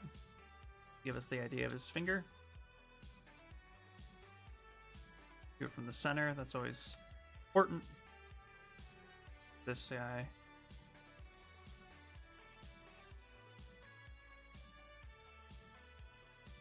Kind of do something like that. Maybe we'll just scale it in. Now these come creased, so we're actually going to turn off dynamic by hitting Shift D. Then let's pick our Z modeler brush. I'm gonna grab this, insert, make sure it's selected. Go ahead and grab this. Scale this up because we're going to want the finger to kind of bevel. Add a support loop here and one right here so we don't get collapsing faces. And then from here, let's go to crease and then we'll hit Alt, which will uncrease that so his finger kind of rounds at the end a little bit. If we don't like that, delete this edge here by going Insert, hold Alt, Delete. Really have that round out. Like that. Happy New Year's! Hey, Kana! Happy New Year's! Hello, hello! Now, let's actually take this guy and let's actually flatten him out a little bit. Actually, let's flatten his whole finger out just a little bit. We don't want it truly round. We'll kind of go flat a little bit. This one, I'm gonna go like that just a bit. Okay. Next thing I'm going to do is actually add in a cylinder. So let's go BIT for that. I'm going to pick cylinder with no edge loops. Check this out. And then I'm going to want to use this for a pen, but also for cutting. So we're going to split unmasked. Rotate this around this way. We'll use this for cutting as well as for the pen itself. So let's scale it down.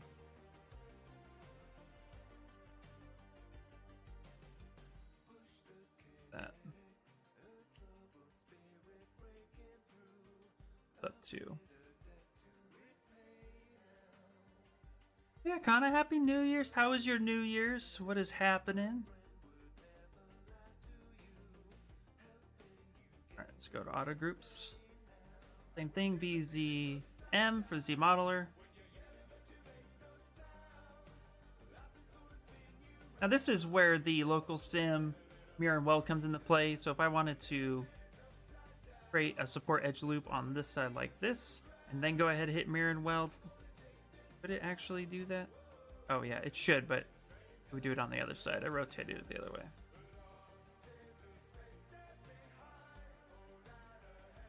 There we go. That should work. Go. Let's go solo for a second. Let's add some support edge loops.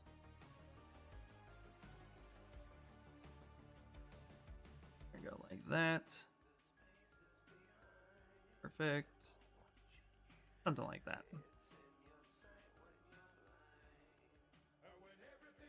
Go.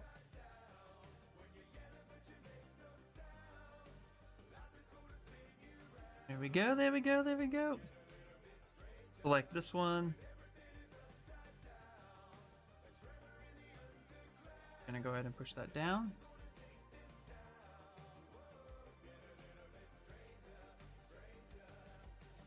Such. Okay, his palm's a little too... his palms are just a little too, whatchamacallit, narrow.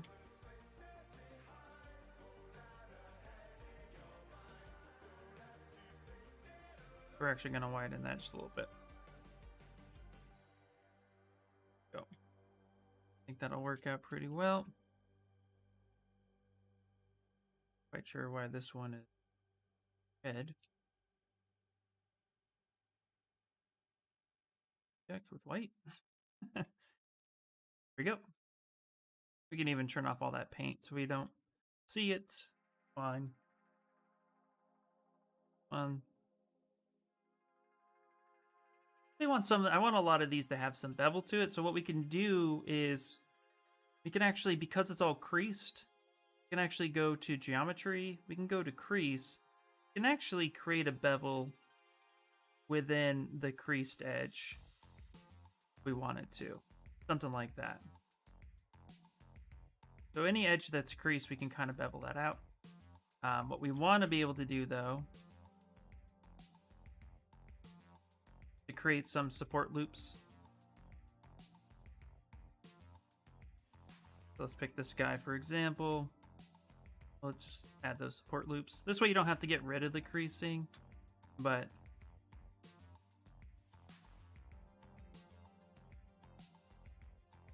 you can still bevel this way. This way we have some functionality there, so that way we can come around, go to crease, and that will kind of bevel that out a little bit. Give us a little bit, just a feel of,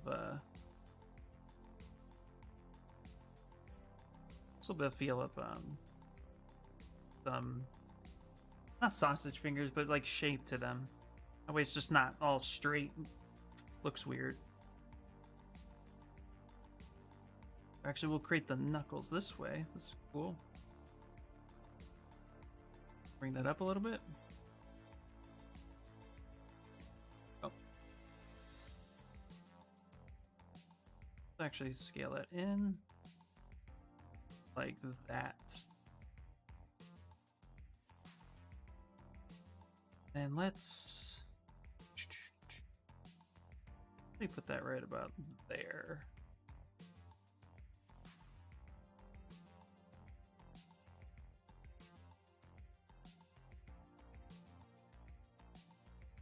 There we go. I think that looks pretty good.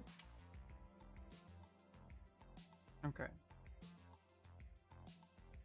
Now let's actually duplicate this. Go Control-Shift-D will duplicate any subtool that you have, including a folder, which can be weird, so you don't want to make sure you don't do that. But is gonna take these knuckles and I'm gonna move them outside the hand for a second, or move it above so that way it doesn't cut against.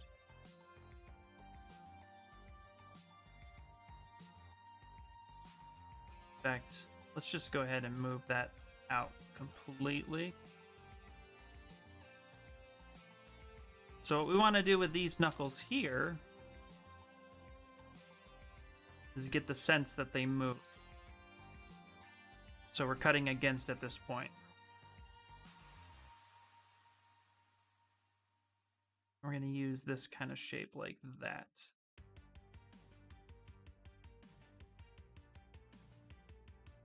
There we go. So when we turn this one on, it looks like it should function correctly. Go. Now with the palm actually should be a lot skinnier and moved up a little bit, like such. Yep, that's what we want to do.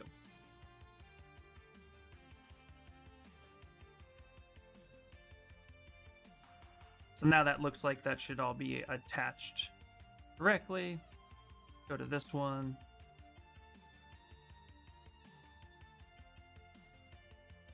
Scale it up a little bit. There we go. Now what we can do too, just for finger aesthetics, we can actually take the BIT, so BIT, that's BIY, BIT, can't type. That's for the primitive, IMM primitives, that's standard with a ZBrush. Grab the same cylinder. Actually, we'll grab one with edge loops.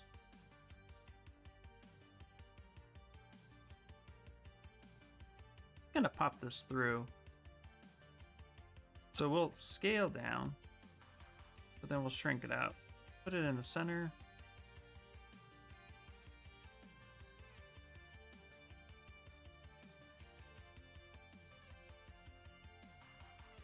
And what we're looking for is just the idea that there's a pin here.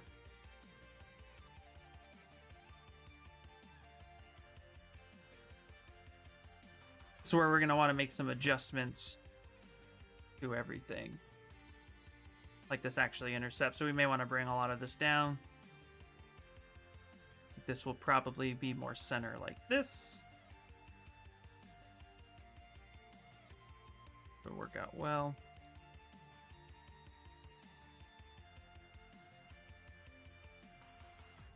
Turn live Boolean on for a second. This is where you can now make a lot of the adjustments. So let's go ahead and hit auto groups. Everything is its own. Bring this down more like that. This guy.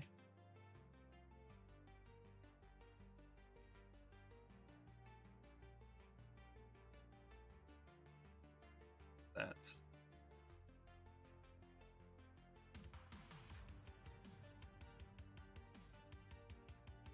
Obviously, this is just fake, but this will give us the sense that it should move appropriately. So we'll drag that below center. Turn live Boolean back on.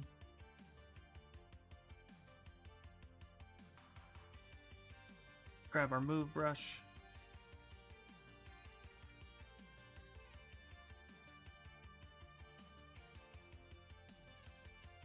Turn live Boolean off. Let's grab this guy right here. Grab and drag that there.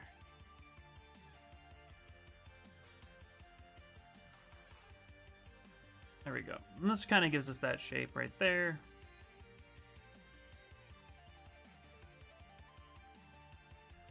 Okay. Also pick this, drag here. Drag that below the inside.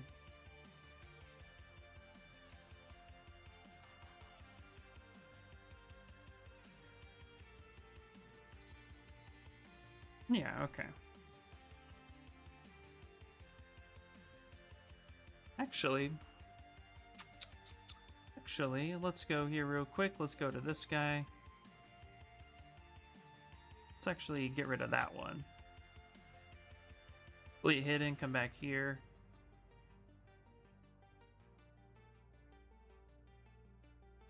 Actually, not get rid of it. Let's actually mask this off. Let's grab this one. Let's split hidden. Let's do that. And the reason for that is we'll actually end up coming down. I think this one's smaller. Like such.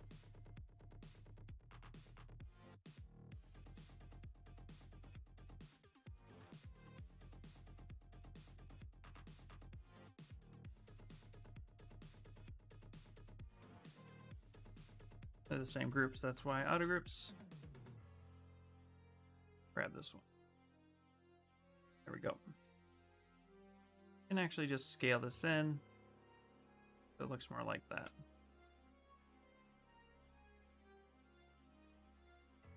There we go. Actually, you know what? I'm thinking about a lot of this as we speak. You scale this all in, make it a little smaller. So it thickens up these walls. These walls are very thin. And even though we'll probably merge them, you want to make sure that they're not super, super thin. So do the same thing. Come here.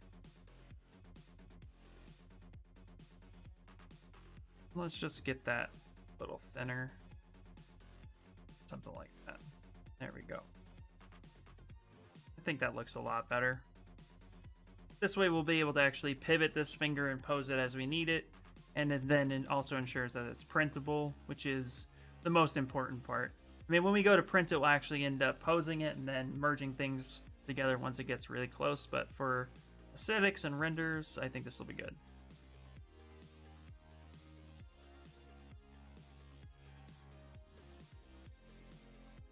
For his knuckle actually looks like just a single plate. So actually put this here and stretch this out. Actually make his hand just a plate guard.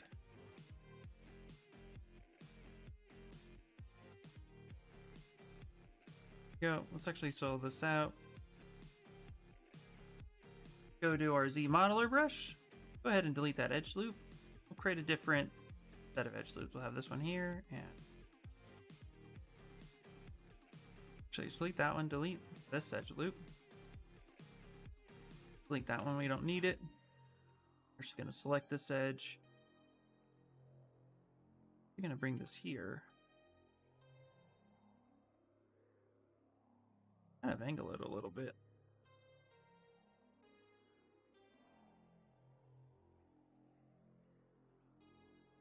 Turn live boolean off for a second. Let's create some of our own edge loops that will be supporting that. Go. Again, these nice little edge loops just kind of help.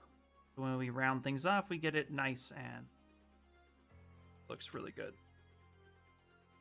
There we go. So it's kind of a plate right there that will move.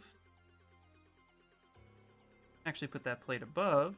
So when we turn live boolean on, needs to cut against it, it can, no problem. Okay. I like that. Now we're going to do with the fingers. We're actually going to go ahead and move those over like such. And then we'll go ahead and hit auto group so they're individual. Then we're going to take what we're cutting against and move this over like that. Let go control. Same spot. Pretty good. Same here.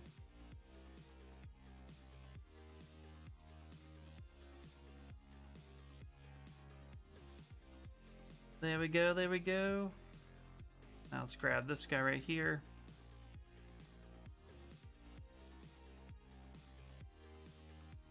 What? Oh, I selected the feet. I didn't mean to select the feet. Hold control, come here, bring this over. About center. Let go of control, and there you go. What are you doing? Is it a ZBrush is ZBrush hard to learn? Hey, how you doing? So I am building the Iron Giants, some fan art, and ZBrush isn't necessarily hard to learn as much as it is. There's just a lot to look at, and that can be distracting for a lot of people trying to get into it. But here's what we're doing real quick. You can see we got some Iron Giants fan art. But no, ZBrush isn't too difficult to learn. It just takes some time. There's just a lot happening. This UI is custom the way I have it built, so for a lot of the tools that I use. But in a nutshell, ZBrush, it can be boiled down to a couple brushes and just inserting primitives and starting to sculpt.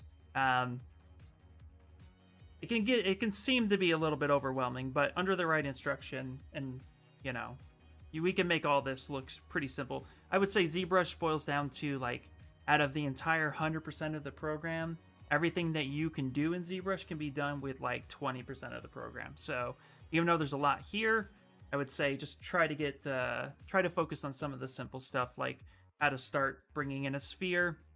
So if you would like, just to kind of get you started, what you do is, let me save it real quick, and then I'll show you like the basic, simple way to get started. It doesn't matter what the UI looks like. This will be the easiest way to get in there. But I say just play with it. Just get in there and start trying different things, see what it does, and just kind of remember that. But usually you'll start, let's go ahead and switch. I just saved it. Usually you'll start like this.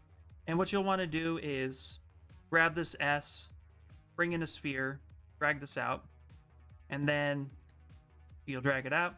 You want to come up here to hit edit, which for standard ZBrush would actually be on this side, but you would just grab edit, and then you want to come here to make Polymesh 3D.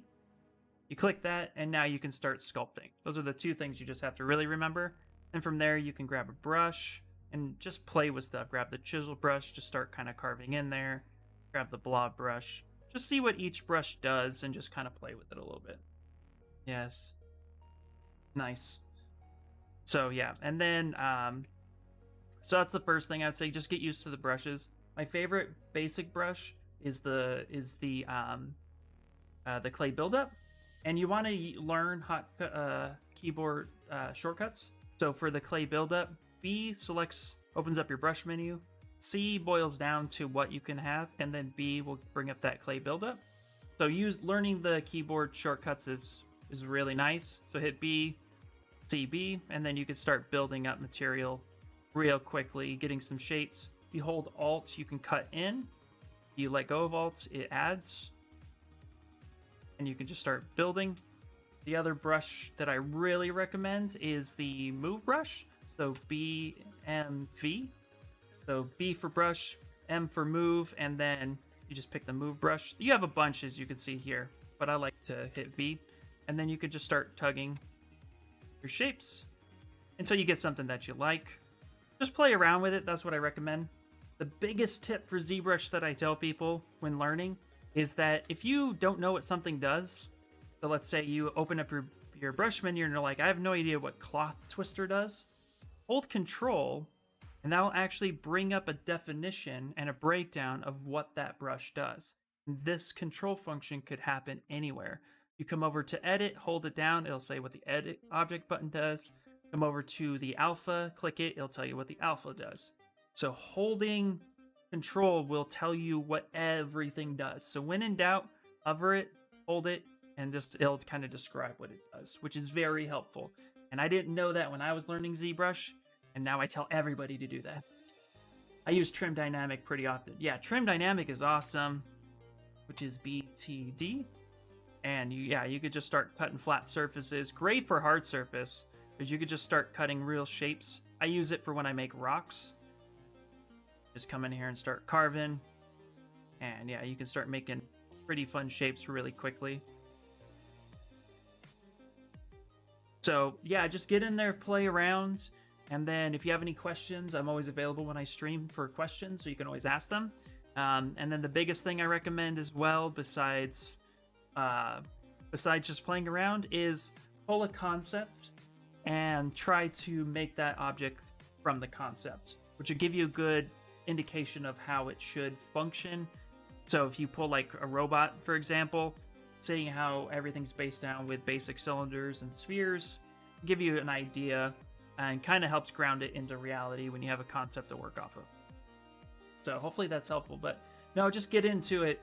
ZBrush is a program you got to dive in and start, and then kind of just ask questions and figure it out as you go. Hopefully that answers your question. And right now we're just kind of going into a little bit more advanced ZBrush at the moment, which is with some live boolean, which cuts shapes and allows you to manipulate shapes. So pretty fun stuff. Speaking of which, actually, what I wanted to do as well was come up here. I'm going to select this section right here, and I'm going to hold Control and drag an extra copy out. But then what we're going to do is actually split hidden, or split unmasked, I mean. Now we have a thumb to work off of.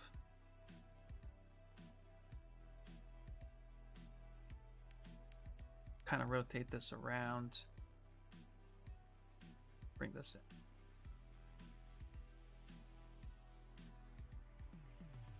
I realized I actually have his hand modeled upside down. So that's okay. We could fix that. We can actually fix that. So not the end of the world. Everything can just get kind of rotated.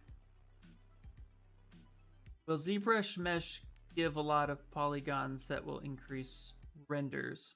Well, okay, so if I understand your question correctly, the amount of polygons that you will get are based on how often you subdivide. So in this case, what I would say is, you know, up here at the very top, ZBrush, you have what's called active points and total points. Total points will be how many vertices you have in the whole project, and then active points is how many that subtool you have selected, how many vertices are there. The best thing to do is just keep an eye on that number. It's always up on the top left-hand side. So the amount of polygons and vertices that you have is all based on, that's all under your control. So you can do that by keeping an eye on how you subdivide. So if you come to geometry, for example, on this bottom side, you can see here that 1,450 active points is actually standard. There is no subdivisions. If I started to subdivide by hitting Control D, you actually see the subdivision level go up, which is right here. So I'm at I have 3 subdivisions. Now if I come over here, active points says 24,000. So I went from my 1,400 to 24,000. And keep in mind that every time you subdivide, it multiplies by 4. So if I go Control D again, that 24 now goes up to 97, subdivide again, 389, subdivide again, 1,500,000. So you have to keep that in mind when you're working on it, but that's under your control. If you had a lot of polygroups and you needed to render, you can actually do a function within ZBrush called decimate, which is under plugin, and then you come down to decimation master. And what this does is allows you to condense your model down by a certain percentage, so that way you could take that 1 million and break it down to 20%, for example. And that way you can actually keep your high res, but it's decimated in a way that other programs and renderers engines can handle. Okay, let's actually back that up, because I actually don't want to do that right now. So there we go. Battle time? Battle time! Whoa, that happened so fast, guys. All right, well, let's see here. What I'm gonna do is, okay, we're gonna model his hand upside down, and then we'll turn it around when we're ready to go. So let's save it, and that's an easy fix. Instead of trying to move everything to work in your advantage, if you remember those little things, you could just quickly flip that around, and it's not gonna matter. All right, let's go to Stream Raiders. For those of you on Twitch side, we do a little game called Stream Raiders, which is fun. This also helps me break away from my you're too close in the it breaks away from the project. Helps me break away from the project. If you're too invested in your project, sometimes you get tunnel vision, and so this helps me break that up a little bit, which is kind of nice, and hang out with you guys. There we go. There we go. Let's do it. 2 enemies. Think we can do this? I don't know. 21 allies. 1 enemy to go? Is that 1 enemy producing? It is. That's cool.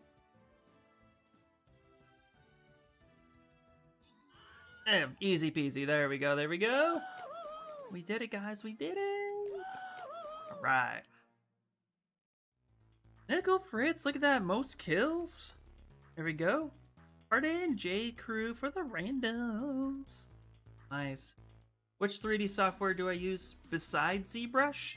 Blender is another program that I use. I mainly use Blender for rendering, and I'll use Blender for basic 3D modeling. If I'm not going, like, I'll use it for basic modeling. Most of what I do is in ZBrush. Because I make toys, I don't really need to bounce around and do a lot of other processes that, like, let's say somebody in games do. So, but if I ever need to retopologize anything, you could do it in ZBrush, but I would rather do it in a program called 3D Coat. So my other list would be 3D Coat, Blender, and and Zbrush. That's it. Those are the programs I mainly use. I'll do 95% of what I do in Zbrush, though, just because I can. I'm going to put a healer down. This is a low thing. You guys can murder. You guys can do this. 3D Coat can retopo? Yes, 3D Coat can retopo, and 3D Coat can retopo very well. It's also a paint program, too, which I have not utilized for 3D. I mainly paint in... Oh, the other program I use, sorry, Substance Painter. I use Substance Painter if I'm going to do texturing beyond what Zbrush can do. So, yeah, so 3D Coat, Substance Painter, Blender, and Zbrush, my main programs. But let's face it, Zbrush can do a lot. Zbrush can do pretty much all of it. The render engine sucks in Zbrush, not my favorite. It's not the favorite thing to do, but you know, that's where Blender comes in. Substance Painter sucks for rendering as well. So I would actually say that if you're gonna render something like Keyshot or Blender would be your best bet. Yeah, I don't really do too much retopoing. It's kind of boring, but if you guys ever want to see me retopo or if you have questions about it, let me know and I'll come up with something. Why? Okay, real quick, there we go. Zbrush is being funky. What we're gonna do real quick, let's out here. I'm gonna take this one and actually delete it. I don't need this one, so delete hidden. We're gonna go ahead and bring this down, and we're gonna attach this to a thumb. Can we import 3D photo scans? Yes, yes you can. Yeah, if you do a 3D photo scan of something and you export it out as like a OBJ, STL, FBX, so we'll go to import, and basically you have GoZ file formats, Maya formats, OBJs, 3MF file format, which I think is new, STLs, FBX, Ply formats, PLY, I've never even worked with that. Basic mesh formats, binary files, and STLs. So yeah, you save out your photo scan as an STL, you can bring it in. You'll have to rework it though, because photo scans aren't coming in perfect. But if you're going into photogrammetry, you could definitely do that, for sure. Go ahead and stretch his thumb out just a little bit like that.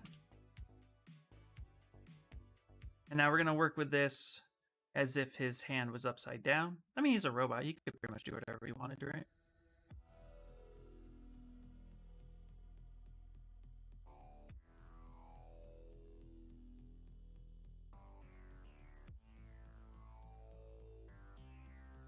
I'm gonna do this.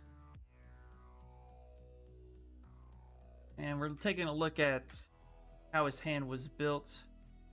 Are you rigging that robot? No, I won't be rigging this robot, but he will be articulated for a 6-inch action figure, meaning he will be movable after he's assembled from 3D print.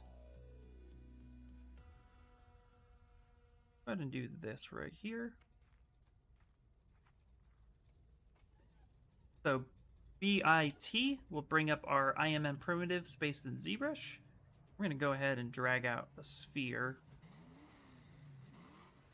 And it looks like it's a sphere within a sphere, so we'll need to kind of cut against it. We'll do a main sphere like this, and then we'll go ahead and add in a second one. So it looks like it's something along these lines here, like that. Which makes perfect sense, actually, when we think about it. Go ahead and hit auto groups. We get different polygroups, and let's reassemble this like that. You should animate it too, and also have articulated version like an action figure. Yeah, I guess the animated version would be kind of cool. I don't do too much rigging though, so I'd have to like kind of get into that a little bit. But, well, I guess he wouldn't really need a rig, would he? Because you could just kind of move him as he needs. But I definitely am going to, this is going to be fully articulated, and then it'll be available for 3D print as well, so then it can snap together, and then you guys can pose them and have them, and it'll be cool. Make it a real robot. U-type Tobot. Yeah, it would be so cool. I'm excited about it. I'm not gonna lie. Actually, it's gonna be fun. There we go.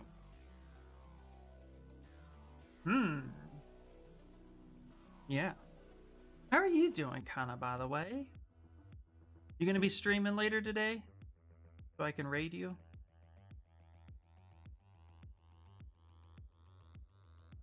Okay. Let's go ahead and actually hit auto groups for this. I'm gonna select these guys right here, tap this over, and we're actually going to wreck this. And we really... Ooh, interesting. I just realized something. Actually, we don't need to do that at all. Because it looks like his thumb is on a ball joint. It's a very interesting choice. I'm liking that. So we can actually this delete hidden. Grab this guy. Go ahead and hit Y so we bring up our transpo tool, but we could touch right here, which will center it. Hit Y again, and now we can bring this up.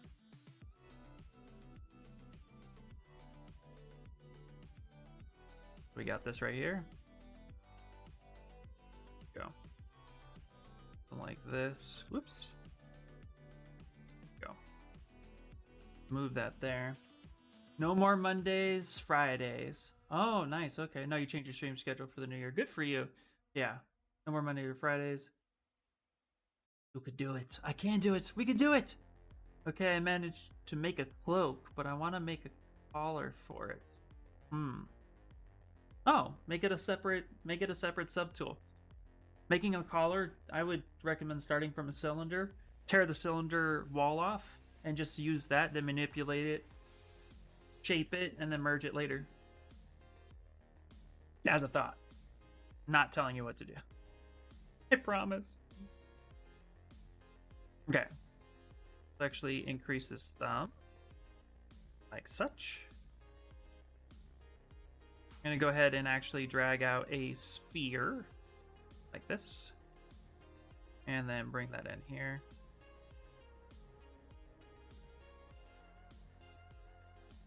Go. Something like that. Turn off live boolean for a second, and also turn solo on so we can see a little bit more of what we're doing.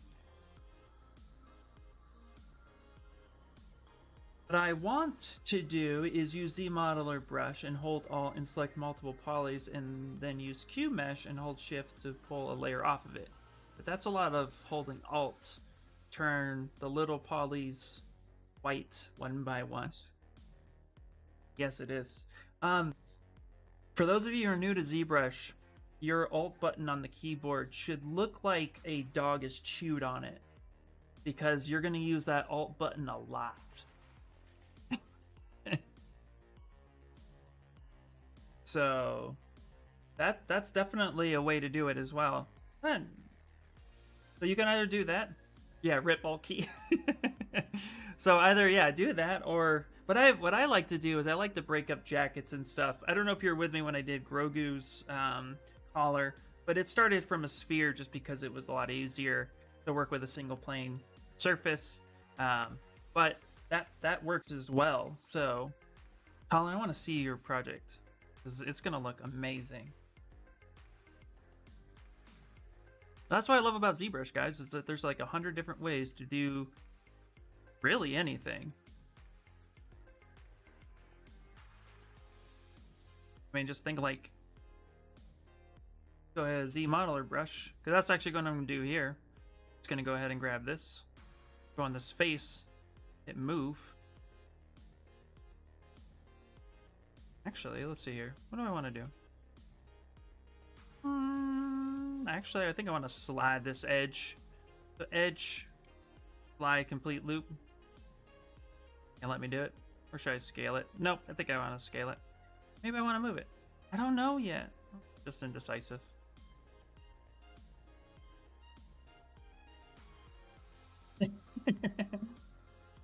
You would spend your time just doing that and never making anything, right? Yeah. Is it necessary to learn all the tools in ZBrush? No, yeah, exactly. You don't do that. No, I think I might know. Oh God, I think maybe I know like 20 brushes really well, and I've been sculpting in ZBrush for 4 years. I would not. Don't spend your time trying to. Yeah, don't spend your time trying to learn everything. That'll just kill you.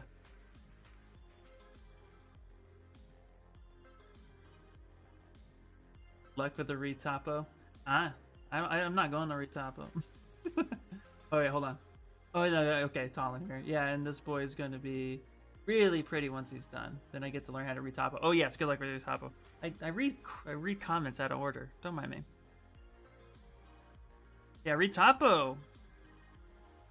We'll know when you're retopoing because you're gonna come in here and say, "What in the God's green earth am I doing in this freaking program?" And we're just gonna say, yep, she's retopoing. That's up. And some things are really specialized and you'll never get used to them until you do. Exactly. Yep. Preach it, girl. Preach it.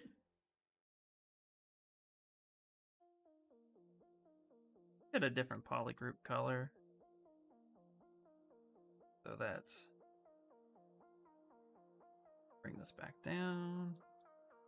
And let's actually pivot this so it looks more like a thumb and feels more like a thumb.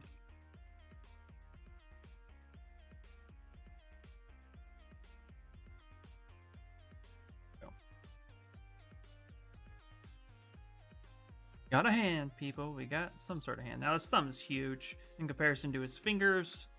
So we're going to go ahead and center this, and we'll end up scaling that down a little bit. Let's actually do something like that. Bring that. And let's end up lowering that just a smidget more. There. That should be okay. Okay. I think that'll work out pretty well. Let's go to live boolean so we can see all the cuts that we've made. Turn everything off except for what we need.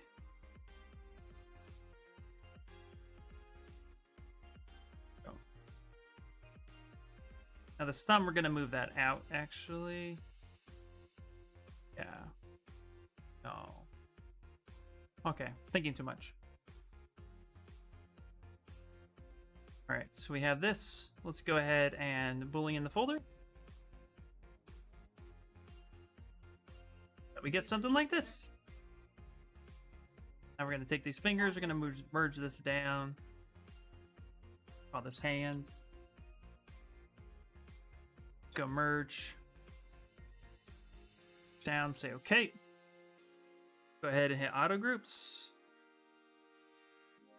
Ooh, things got ugly. Well, well, well. When in doubt, run away. Things broke. No, no breaky, breaky. I don't want that. Okay.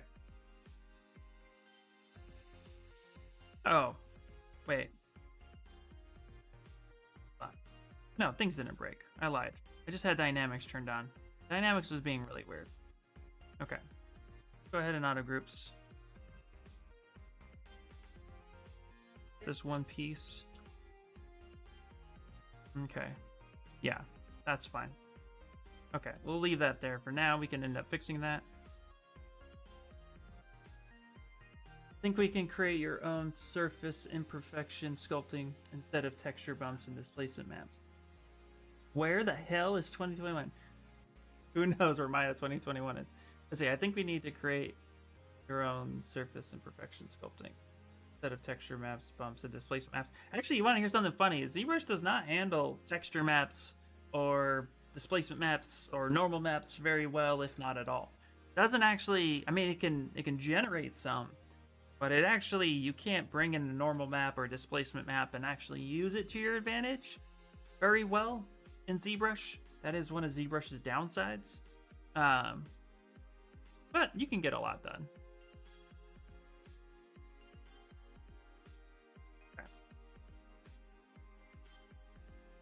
Okay, so what we're gonna do is we're actually going to solo this hand. Turn this off. Hit mirror and weld. Now we kind of need to turn on. Actually, we just kind of need to rotate these around.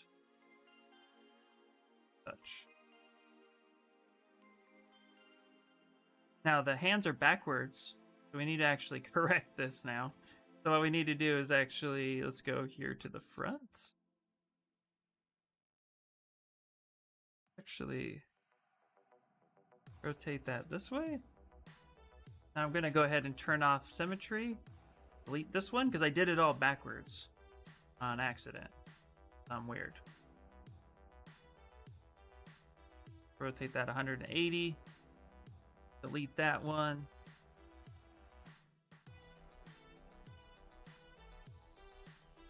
There we go. Symmetry. That. There we go. Turn off symmetry. Delete this one. Come on over. Bring this here so that the hand is correct now. I did this really funky. And now we go ahead and mirror and weld. And now the hands are on the right side. So then let's go ahead and auto groups. That's what happened. Okay. All right. So we do need to fix this hand, and that's okay. So let's go ahead and delete that. Let's come here. So we can fix a few things. So let's go to fingers. He's just a quirky robot. He really is, isn't he? We will have modifiers in Zbrush like Blender. Blender and Zbrush are kind of not comparable in my opinion, because Blender is more of a one-stop shop, where Zbrush is primarily sculpting and painting. Yeah, Blender handles things differently. So while the sculpting, like Zbrush is king for sculpting, but Blender is kind of everything. So it does a lot of everything, but I would say it doesn't master everything. But it's getting better as the days go by. So it's a hard comparison for me. But for what Zbrush does, it mainly does sculpting, organic surface, and hard surface. So if you're into learning Zbrush, use assets from Blender, but you'll be bouncing back and forth between programs. Actually, my buddy Nexnox here, he works in a lot of programs from SolidWorks to Mastercam. Well, maybe he does Mastercam, to Rhino, to Zbrush, so he bounces all over the place. Blender, it's all what you want to do. And so if you want to stick with one program, Zbrush is great for that, but so is Blender. So it just depends on the project and what you're trying to do and what you're trying to achieve within that program. SolidWorks or go home. Check your wireframe in SolidWorks after converting into polys and go home. I say Mastercam. You guys know Mastercam? Who here knows that? And if you do, then you're a machinist. Because that's a program worth being crazy on. Okay. I know of it, but never used it. Yeah, so Mastercam is basically a modeling program, much like SolidWorks, but you use it to convert your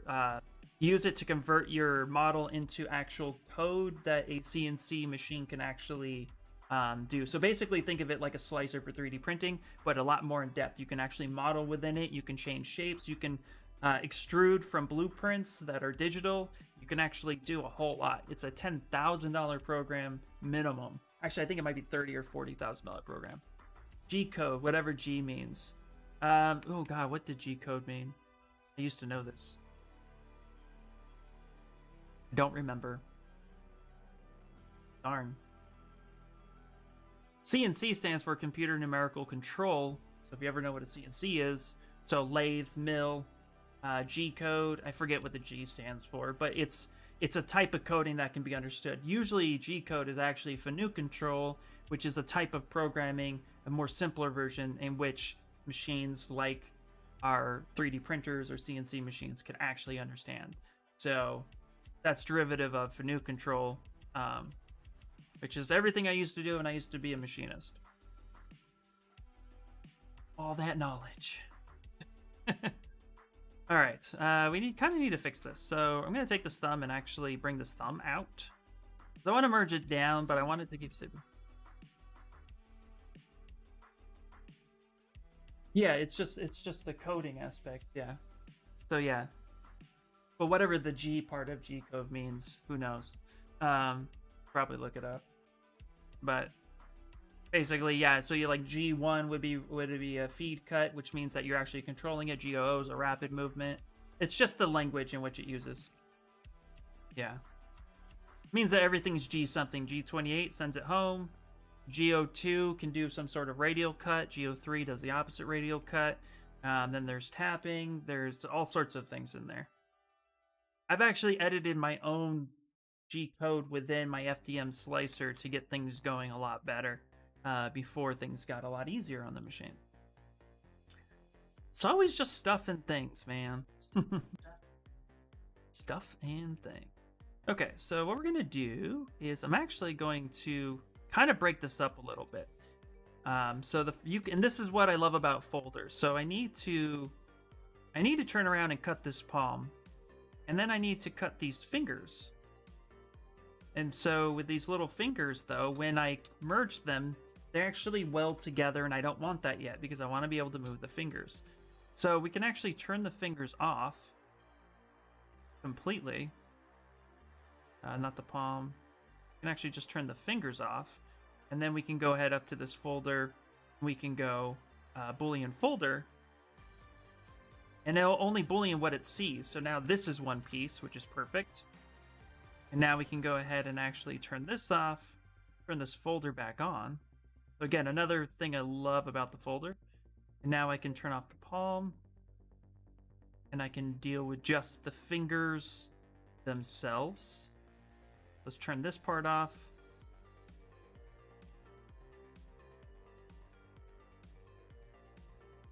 And this part on. This. So now I can deal with just this. And I can go ahead and Boolean these fingers. So now the fingers are separate. And they're not merged to the palm. That I can have turned on. So now I can have this hand all merged together. And merging stuff doesn't weld it, it just puts it on the same subtool. So now I have all this and they're all individual. So if I go auto groups, now I can select a part if I need to. Smart boy. Does ZBrush have cloth simulations? Yes, it does, actually. Great questions today, I love them. ZBrush has cloth simulations and they're amazing. Let me save it and I can give you a quick demonstration of what that looks like. Cloth simulations is great. It's likened to that of like Marvelous Designer, but except for it just takes the shape and manipulates it as needed based on geometry. But you can't do what you can do in Marvelous Designer, which is like stitch your own clothing. However, you can extract shapes and then use those. So let's say, for example, I wanted to throw cloth over this guy's hand. I can actually go to Insert. And let's just use a plain 3D. So let's come up here real quick. Let's actually use this plane, bring it over to his hand, scale it up. So the cloth simulation is based off of dynamics. Yeah, Marvelous Designer is on a completely another level. Marvelous Designer is insane, and it is specifically designed for clothing. If you're into clothing with your sculpts that are likened to more realistic stuff, get Marvelous Designer. ZBrush will only take you so far, but Marvelous Designer is the way to go. But thank you for showing me. Sorry to stopping your work. No, dude, you're totally fine. I love this. I love showing off the program and helping as best I can. So you're totally fine, actually. So in order to get cloth dynamics working, what you need to do is work under a couple things. You need to work under what's called dynamics within ZBrush. And what dynamics is, it's dynamic subdivisions. It fakes the subdivision and what it could be. but it's just all fake geometry until you actually apply it. So when you hit dynamic, now the material is being subdivided against itself however many times you decide to do that, which that can get a little complicated, so we'll stick to basics right now. But you can have flat subdivisions, smooth subdivisions, thickness, and all sorts of stuff. But for right now, we're going to go ahead and leave that stuff alone so we can just get the principle of the simulation. So once your dynamic subdiv is on, then what you can do is come up here to the top, and there is a folder called Dynamics. You click this little wheel, kind of kicks it to the left here, and now what you have is a bunch of options. The things you really want to pay attention to are collision volume, which will calculate everything in the scene and make it become a object that your subtool can collide with, which is what we want. So we'll turn that on. And then gravity is always set to 10, which is insane, because if we just run it, it's just going to do its own thing, and that's never good. Once you have that, think of gravity in just the way you know it. So basically, at this point, the hand is upright. Turn this around real quick. Okay. So the hand's upright, so gravity where the skull, obviously if we hit it, it's going to fall, right? And you can kind of see what it's already going with this. But 10 is too fast in ZBrush, the slower the better. So let's go with like 1, and let's just bring this really closely. You can recalculate. And then from here, we're actually going to go self-collision. We're going to increase this. What self-collision does is it actually factors in itself as a collision target. So then when cloth falls, it can fold on itself, right? So it's the same thing. Floor collision is fine because we're nowhere near it. And we'll go ahead and recalculate. And then if we just hit it and let it run, it's actually going to, based on geometry, figure out how this should fall onto the object. Now, it's not perfect. We can click it and stop, but you can kind of see, you can get an idea of how you can get basic shapes really quickly. And I'm going to turn on double so you can see the underside. But yeah, so you can start seeing, now obviously it's not perfect. The higher the resolution of your object that you're using cloth, the better folds and wrinkles you'll get. And it can only base off of that. So here, there wasn't enough geometry to support where that thumb hold is. But if I were to go ahead and back this up, and then actually increase that subdivision, so let's turn dynamic off, let's subdivide it a couple times. So let's say now instead of 4,000, we're at 16,000. So now you can see here we have tighter vertices.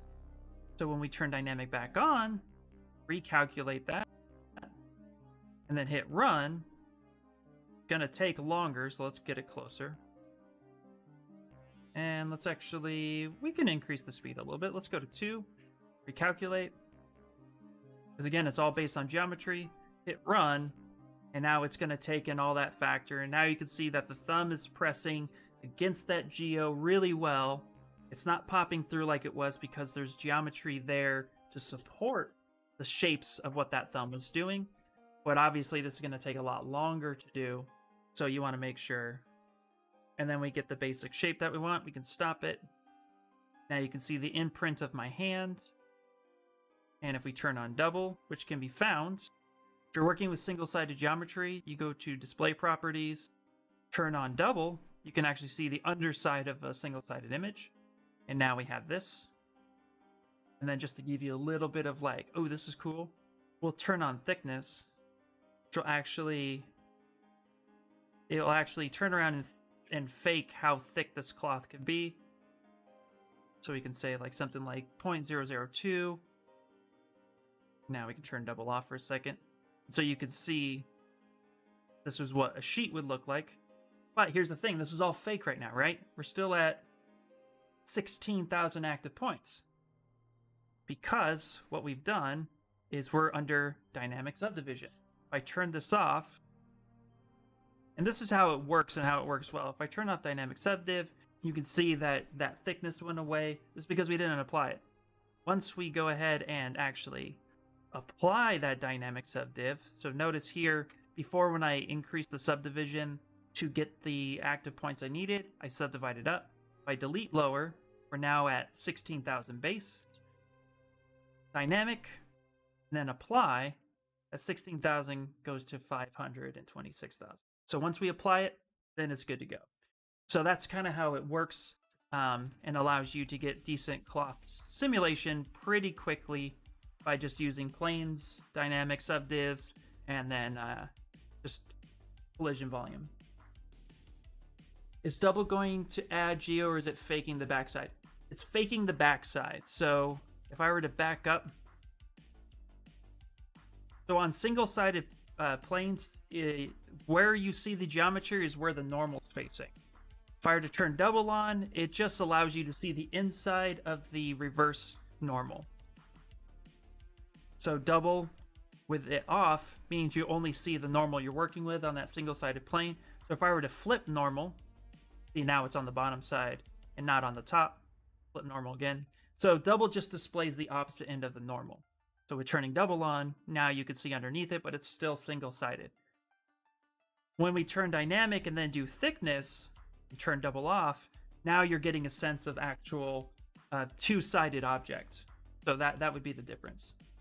It could have been so useful for me. Thanks for showing that. Hey, no problem, dude. So yeah, so that is cloth dynamics. And it, like I said, it's very dependent on geometry. So this wouldn't be the time to stick with super low geo, but you want it low enough that you can manipulate it, because ZBrush is based on CPU usage, not graphics card. It can be very system heavy. I always thought of it more as back face pulling on by default. Double turns that off. Oh, interesting. But I mean, yeah, it just shows the normal and the direction that it's facing. Actually, people who work with double turned on a lot in ZBrush, I'm sure there's some of us here. If I were to flip normal right now and then keep working with this, and then I were to do like a Boolean, if I were to merge this together, I'll just show you real quick. Let's save it. Because this is hilarious. This happens to me all the time. So I have double turned on, right? And I'm going to go ahead and merge my hands to the cloth. What you're going to see is that, here, let's merge down. So this happens all the time. All of a sudden now, I'm like, what happened? It's because when you merge two objects, double naturally gets turned off. And now you can see that there's a normal difference. So I'd have to actually select this, flip that on its own, and then come back, and now my normals are correct. So when I turn double on. But that happens a lot. It's very easy to do. And now let's go ahead and let's delete hidden. There you go. All right, now we got a hand. Turn everything on. Now we need to reposition this hand correctly. So I'm actually going to turn the light balloon off. Rotate this around. Okay, actually go back real quick. A couple other things I want to do real fast. That is... where are we at?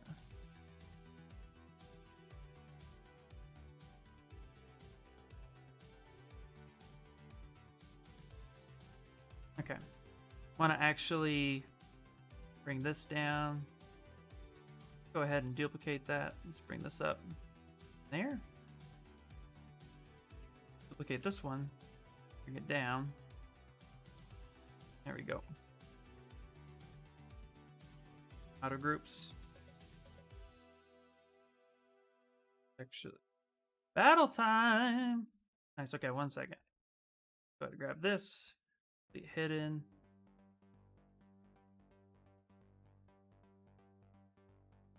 Apparently, I accidentally deleted my knuckles.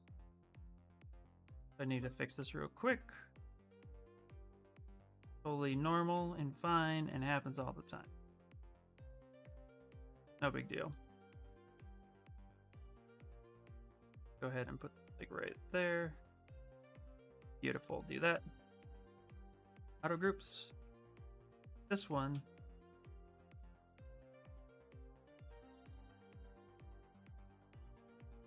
Delete those guys. Delete hidden.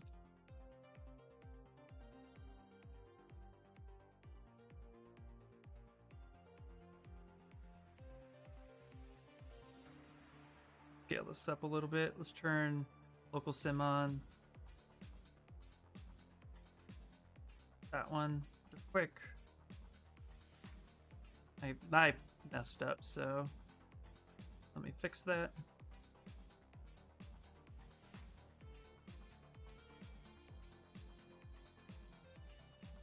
Doesn't have to be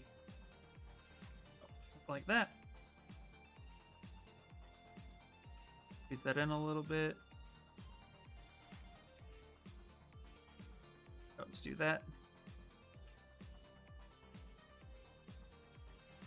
Perfect. There we go. And then let's auto groups. Okay, let's merge down. And then merge down. So now we have one hand. It's all merged together the way we want it. Go ahead and rotate this the other way. Bring it over here. Mirror and weld. Oops. Mirror and weld. So see right there. If I had local sim turned on and I hit mirror and weld, it actually mirror and welds to itself and it finds its own center, which is not good. So we need to turn local sim off. Then we mirror and weld and it mirror and welds to the center of what we have. Turn on symmetry, and now we can bring that back. Like such. There we go. Down. Even scale it up a little bit. Now we can turn local sim back on. Scale that up so it scales up to the world. Forming to itself, not the world. Now we have it like that. There we go. Now we have proper hands. Go ahead and save it. Instagram. Oh, yeah, my Instagram is not there, but I do have a social link. I do stream every week. I usually stream on Tuesdays, Wednesdays, and Fridays between 9 a.m. to 3 p.m. Pacific Standard Time. This year, I'm actually going to be... I normally would stream Thursdays as well, but things are starting to get busy, so the schedule is going to be changing to to Tuesday, Wednesday, and Friday. But as of right now, it's still Thursdays included. So I stream about 3 to 4 times a week. It's a really long answer for... let's see real quick. I need to update this too. I'm in the middle of changing some stuff around, so don't mind me, but here is my socials on that. So I gotta update that. All right, battle time. I've been promising it. Here we go. Thank you for the questions, by the way. I really do enjoy answering them, and hopefully they're helpful. Keep them coming. I love it. Today's going to be a little bit of a short stream, I think, actually. I'm still feeling kind of tired. I may stream until I think we're going to stream until 1. Because I really want to do articulation, but I have a few things to figure out. So I think we're going to go until 1 and then call it after that. Just for today. I'm just a little bit tired. Was up late. Thank you for the follow. I appreciate it. Greetings from Malaysia. Hey, greetings. Hello, hello. Nice. I'll be hanging on with you for the learn things. Awesome. Thank you for coming in. I appreciate it. Everyone says, Snickle Fritz. There you go. There you go. Great job. All right. Let's go to the next one. What do you guys want? A level 1 or a 4? Can we handle a 4? You think we can handle? Let's do it. What's the worst that happens? We lose? How's the stream going? The stream is going really well. Thank you for asking. We are finishing up... I'm going to put down my beast of a reindeer tank. We're finishing up the fan art of my Iron Giant, of the Iron Giant. Just kind of detailing him, getting him all cleaned. And then, what did I do? Well, you won. You did points. You got points. But yeah, so now we're just kind of cleaning him up, and then next week we'll articulate him and get him ready for 3D print. Just finished my artwork of Arc Knight's operator design, Art OC. Oh, nice. I would love to see that. If you have a link that you don't mind sharing on stream, please drop a link. I would love to see your work. I love checking out artists of all kinds. Just drop it. I love it. Ooh, Discord. Oh, cool. I'm thinking immediately of what is that video game? Castle Crashers. That's the vibe I'm getting from this. That's cool. I like it. Dead Walkers E2. What's the E2 stand for? Or is that EZ? Very cool. Nice, nice. Okay. Let's clean up. All right. His hands look fine. I'm liking his hands. There's some breakage, which we can fix that later and end up dynameshing that and getting that the way we want it. In fact, let's do that. Let's clean that up now. Because this is the issue with live boolean, is that you get weird shapes that you end up basically having to correct. But every program has its downside. I do have an Instagram profile, but it's a little garbage. Operators promotion. Nice, dude. Nice. That's okay. ArtStation, ArtStation's allowed to be what it needs to be. I mean, not ArtStation, Instagram profile. Instagram is the place you could just throw all your stuff. That's what I love about it. Instagram's just kind of like the keep up with me. Almost like a Twitter. Okay. What I want to do, actually leave that alone for now. In fact, you know what? Okay. Sorry, I got like a lot of thoughts happening. Actually, let's grab this guy right here. I'm gonna collect these cylinders here. Quite sure why it's grabbing everything else but what I want it to grab. There we go. And in doubt, let it do its thing. Okay. Nice. All right. I'm going to split these fingers off for a second because I'm going to try something. Making sure it's doing it on symmetry, which even though symmetry is turned on, sometimes things get a little weird. So you just want to make sure you check. We're going to go ahead and split hidden. And then what we're going to do is actually put this in the center of the world. And we're going to go to multi-slice. Aha, symmetry does not work. But I thought multi-slice. Let's see.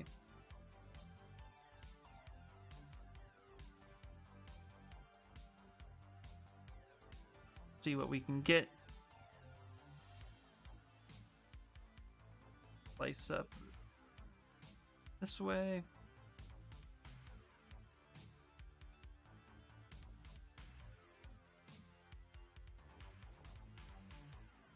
That do. Let's check. Never really worked with multi-slice this far off. I think that'll work. Okay. Go ahead and hit accept. What we want to do is have enough geo that when we subdivide, cleans it up a little bit without tearing.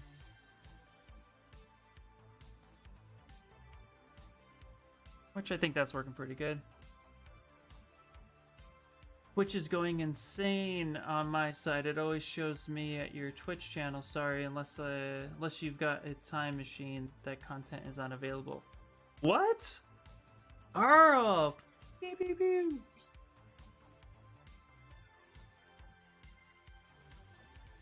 Oh no. Oh, is that what it is? Is that on my linked? Yeah. Really? Yeah. Let me fix that. Let me see. Let me check that. Here, I can do that real quick off. Let me make sure I don't share anything. Thought I fixed that. Of course. On top of that, I can't connect to the chat. Wait, what? Okay, hold on. Do we have splines in this software? Not in the traditional sense. Not in the traditional sense of what you think. No, it says Iris Sculpts. That link should be correct. I'm gonna go ahead and check it real quick. I'll check it on my side. If I were to click Twitch TV, it's Iris Sculpts. It takes me right there. So something else is going on. That's not good, Martin. Sorry, dude. It had to refresh. Interesting. Not sure why that is, but there it is. It is working. Okay. Weird. Well, we already knew that Twitch was being funky. This isn't news. Okay, we're gonna go ahead, and this is why we break things up, by the way, so that we can adjust when needed. So we can go ahead and split hidden. Now, something like this, what we can do is we can actually stop faking geometry here. So we have these shapes here. Let's work with this as we have it. So we're gonna go to, we need to rebuild this because this looks really, really gross right now. Tried it on Chrome. Interesting. Yeah, I'm not quite sure, but that link is correct. So I have no idea, Martin. That's not good. Oh, hey, Carl. Dude, a booger came out of Skull Kid's baby nose. That was like the size of a freaking cashew. Oh my gosh, that's crazy. That's crazy. Hold on, Carl. I wanted to show you something. Hold on. Give me 1 second.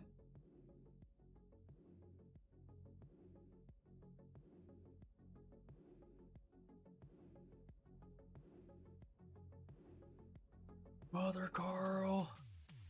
Carl.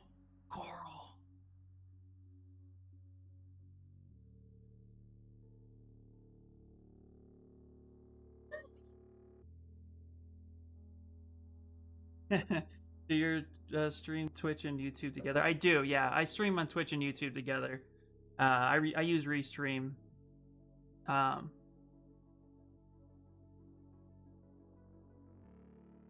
Yeah.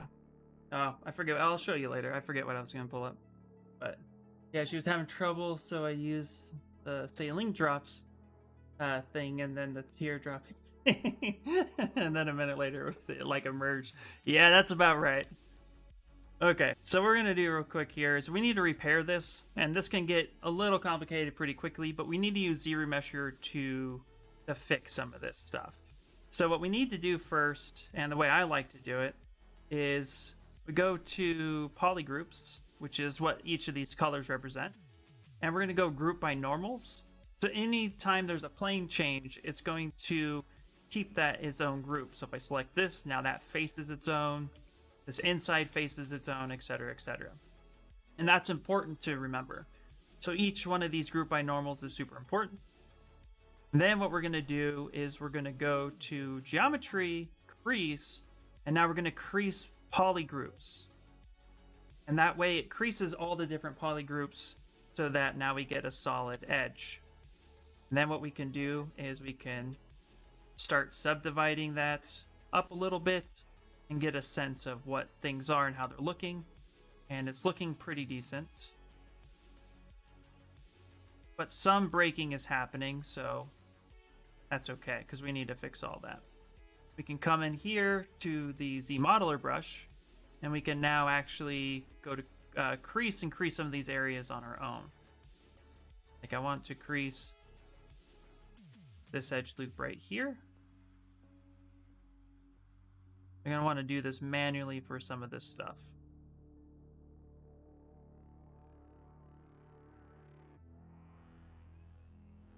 Gagged for like 10 minutes after that. Which won't let me connect to the chat too. What? I had to switch to YouTube. Oh my gosh, what is Twitch doing? Okay, so it's clearly beyond me. There's nothing else I can do. I'm still connected to both, it says. That's on Twitch. Maybe Twitch finally hates me. I don't know. Okay, before we do all of that work, what we're gonna do now, let's actually check it. So We're gonna crease polygroups, so uncrease all, crease polygroups. What we want, that's fine. Okay. Now what I recommend doing is coming down to Z-remesher, keep creases and keep groups. And what we're gonna do is keep this the same, and let's hope for the best. See what happens. You down for some concepting this weekend? I might be able to. I've been keeping things a little bit family oriented this week, but afterwards, but I might be down. Yeah, I'm actually studying articulation too at the moment, but I really want to get into concepting. It seems like I'm here, but it's saying unable to load available emotes. Oh, okay. Maybe Twitch is officially like removing stuff with my affiliate. I don't know. I have no idea. Who knows?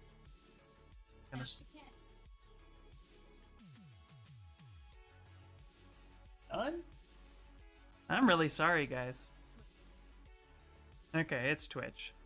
Well, we're only going to be streaming for 1 more hour, get things cleaned up, and then starting next week, we're going to do some articulation. So for right now, we'll go ahead and just we'll figure things out. Okay, let's just move forward. So let's see remesh and see what we got.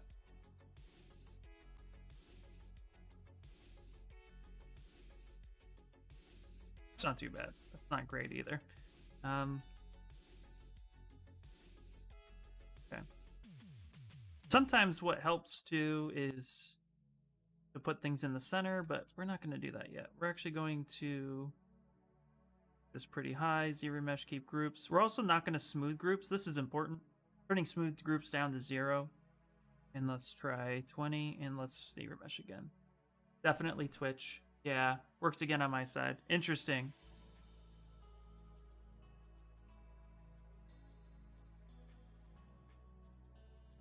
Yeah, they must have had an issue for sure. There we go. That's Z-remeshed.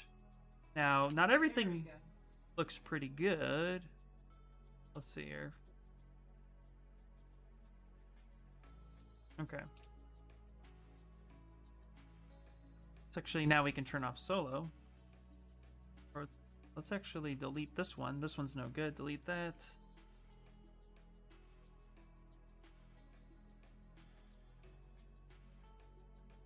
Delete that.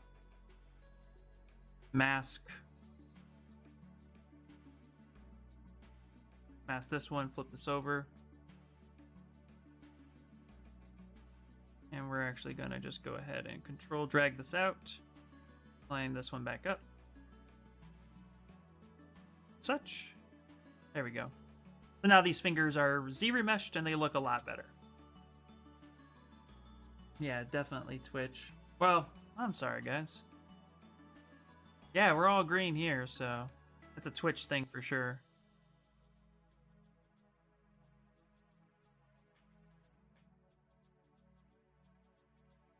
Ooh, got some breakage happening.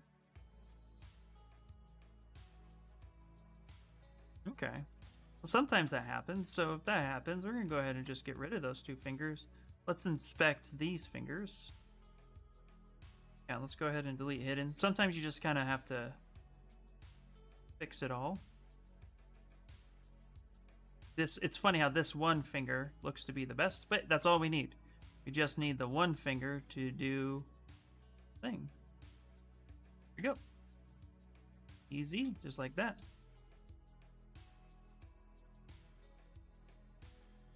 Take it. Stretch these fingers up a little bit. And like that.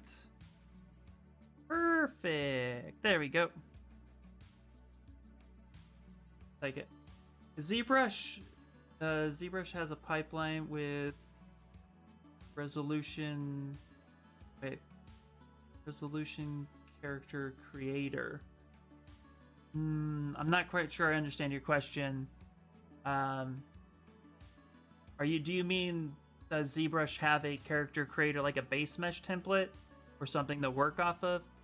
The pipeline is whatever you tend to make it, but typically my general pipeline is everything starts from a sphere, or I then create a base mesh, and then if I'm going to have multiple characters with that same look and feel, that's where the base mesh comes in. But mostly, I create everything from a sphere, so you need to learn anatomy, you have to learn proportions, volumes, all that good stuff, just to get the general idea of the shape. That's why I work off concept too. It helps with that.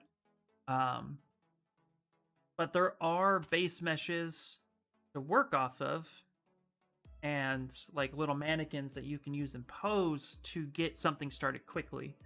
But I recommend learning anatomy for characters in specific and kind of study up on that, so then you know how to build it from scratch, since that's what most of the pros do.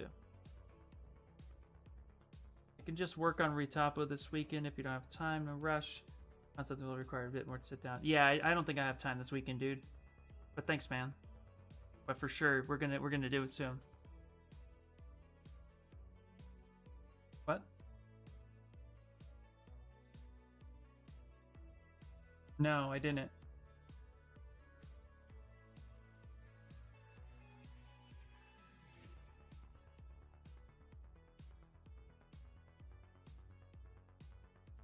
Alright, everybody, Twitch is being weird at the moment, so please bear with if your questions aren't coming through or your text isn't coming through. Yeah, that's pretty bizarre. Okay, we're gonna do the same thing here. Rebuild this hand. Polygroups, group by normals. Gives us this. Geometry, crease polygroups. Geometry, Z remesh. Keep creases, keep groups. Do not detect edges. And we're going to do a target of 10, 15. And let's go ahead and Z remesh.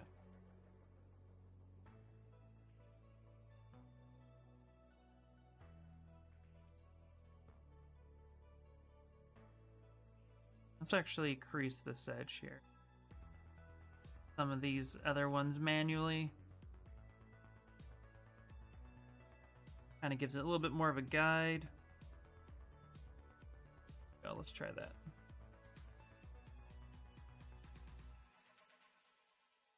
Try one more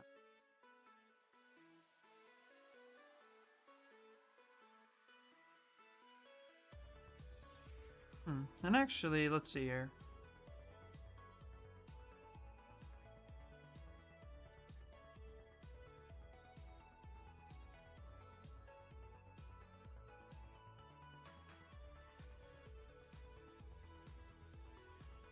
Mirror weld that.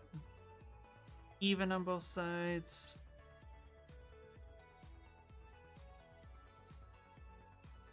Yeah, let's just crease. Just go to crease polygroups. There we go. We're going to subdivide that a few times. There we go. That should be fine.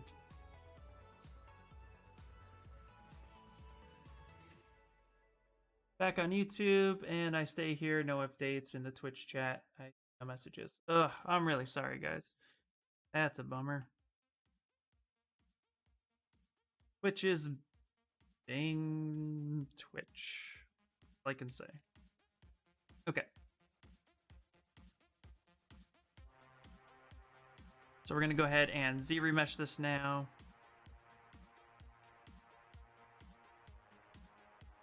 Let's see here. Let's go to Z remesher. Let's try 10.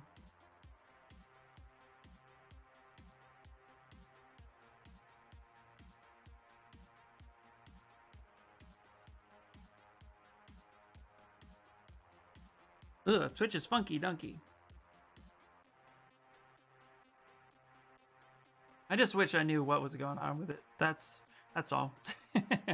We're Z remeshing right now, so this takes a minute. Ooh, look at that. Ooh, that's pretty. Ooh, lordy. Ooh, that's pretty clean. Okay. I'm happily surprised with those results.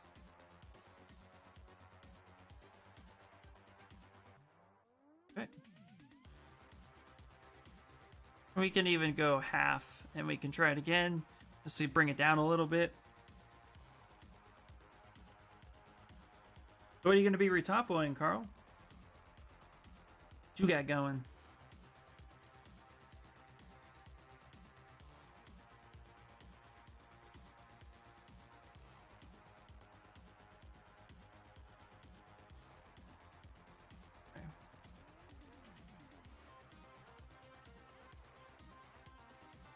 Okay, we'll stick with that. That's fine. Click this guy right here. Actually gonna take these right here, switch this over. Actually gonna go ahead and scale this down this way like this. Bring this down a little bit. Up a little bit like that.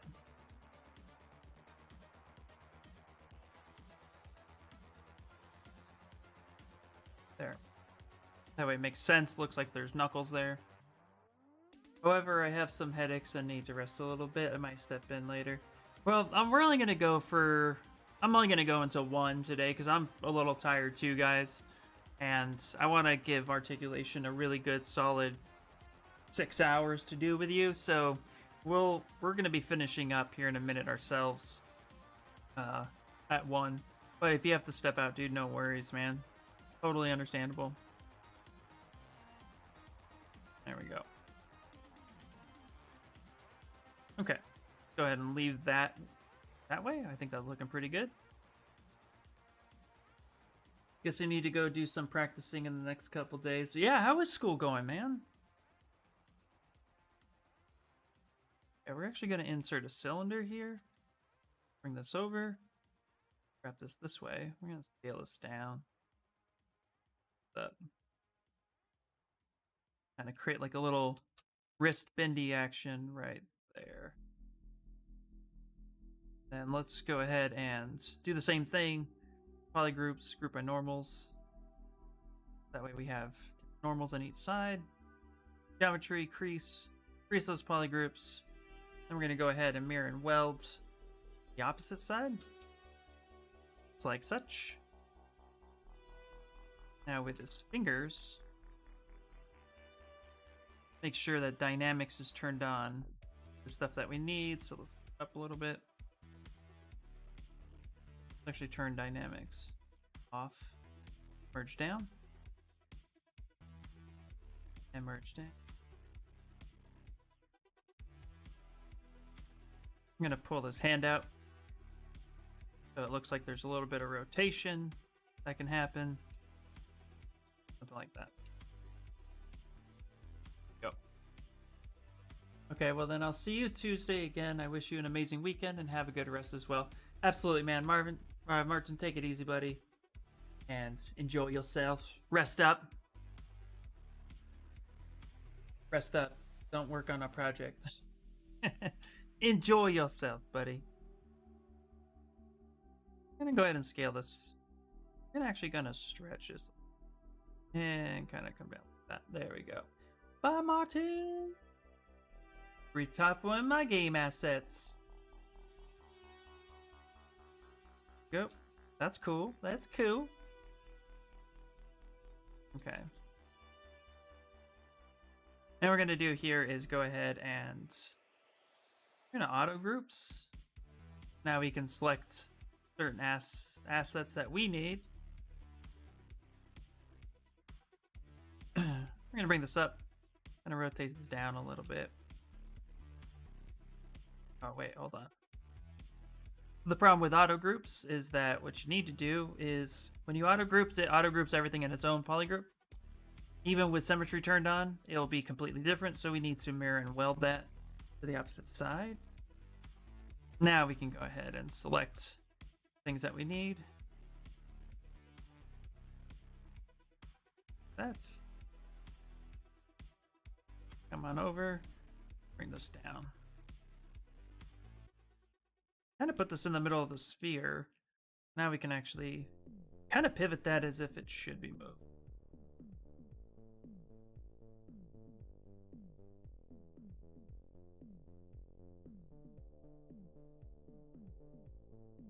Just true T-pose. Look at that. Alright, let's save again. Let's take a look at the concept and let's see what we got. Make sure we're satisfied with everything.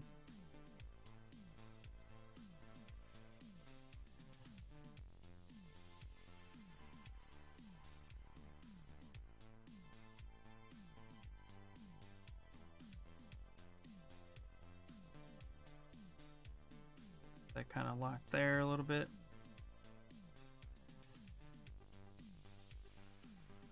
Bring this here like that. There we go. And I'm more add that to the center. Same with the hands. That more to the center. Go. It all makes sense.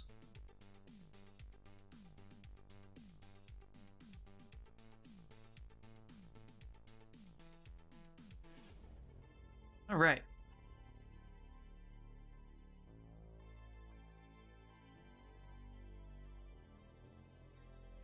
All right, so looking at the original design, there's really not a whole lot more to do except for now just little shapes and little detail figures.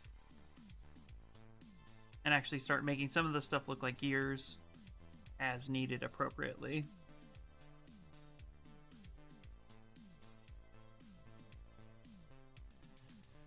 These arms look like they're kind of cylinders, but kind of cut a little bit. Yeah.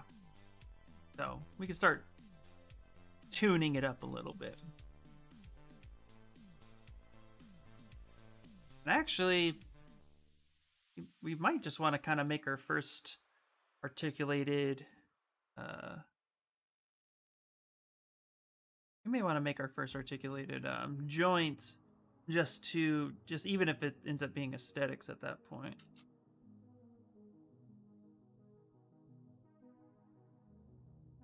Chest plate looks a little chewed.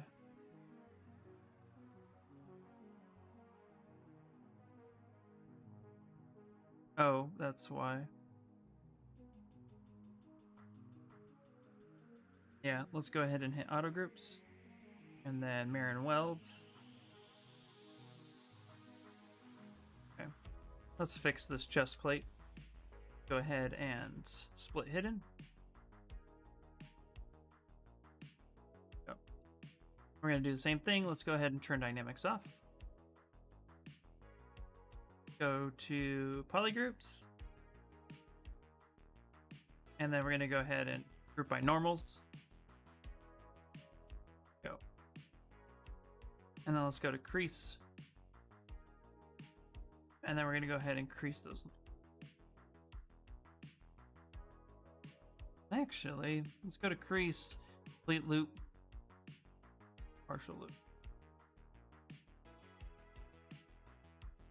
Let's fix a few things here.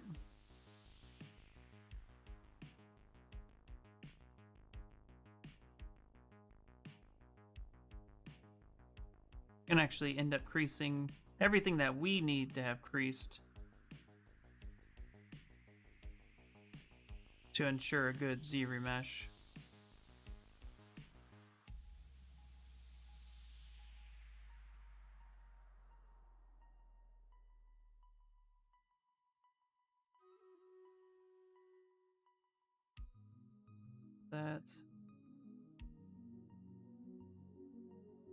That right there.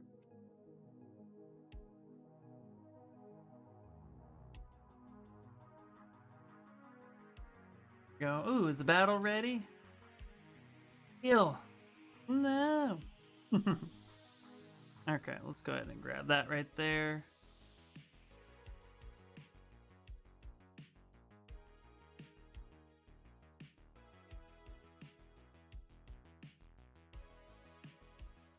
Make sure we're just hitting all the the edges that we need, all these plane changes.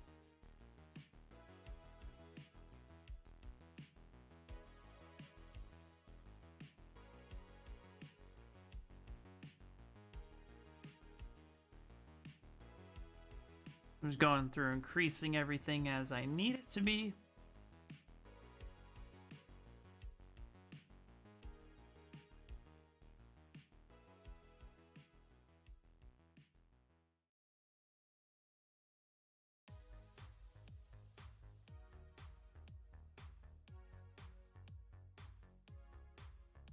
Okay.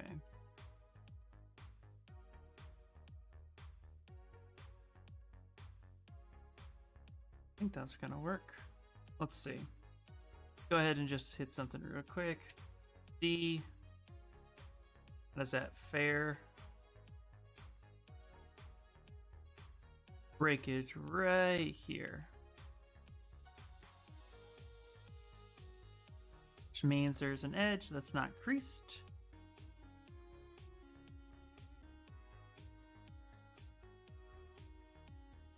There we go.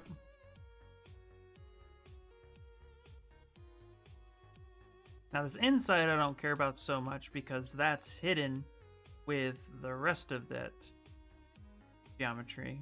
But I really need to make sure that this here gets creased correctly. Looks like it's doing pretty good.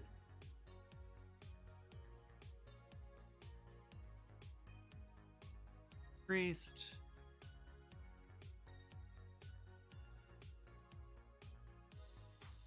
Right there.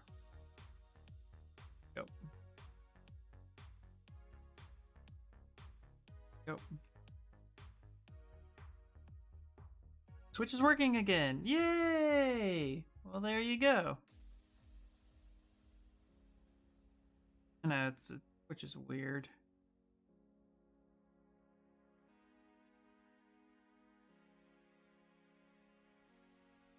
Well, I'm glad it's working again. That's important.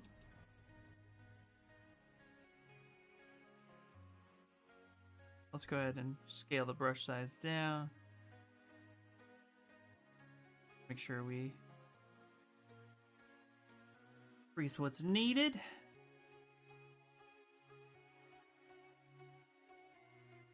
Go.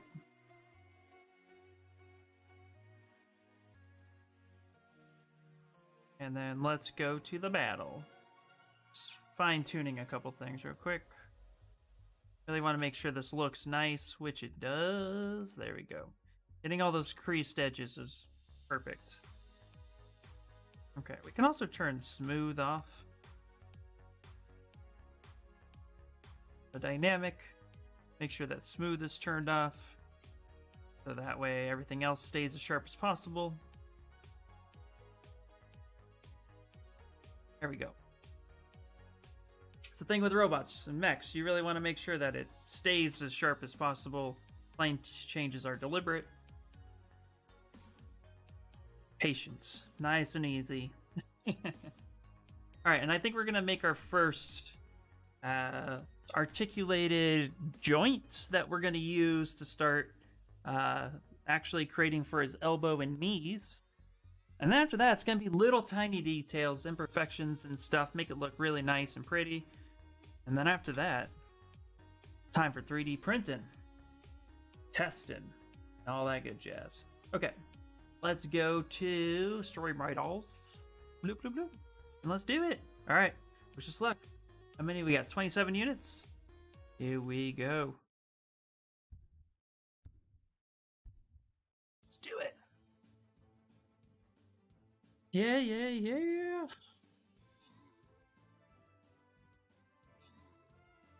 There we go, there we go. Boom. Done, we took out those towers real quick. Nice, nice, nice. Took all those guys out. Easy peasy. Alright. And the winners are Peter and J-Crew. Whoop whoop. There we go, there we go. So we got time for one more game. And then we'll call it for today. New Year's, take it easy, relax. But hopefully you guys are enjoying the hard surface part of Zbrush.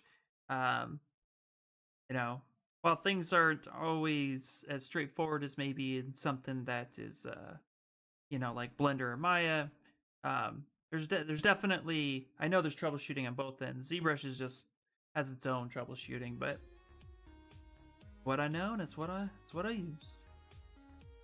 All right, one more battle. Easy peasy lemon squeezy. So we're gonna stick a, I'm gonna stick a flag bearer there. Why not? It's gonna happen. Support me.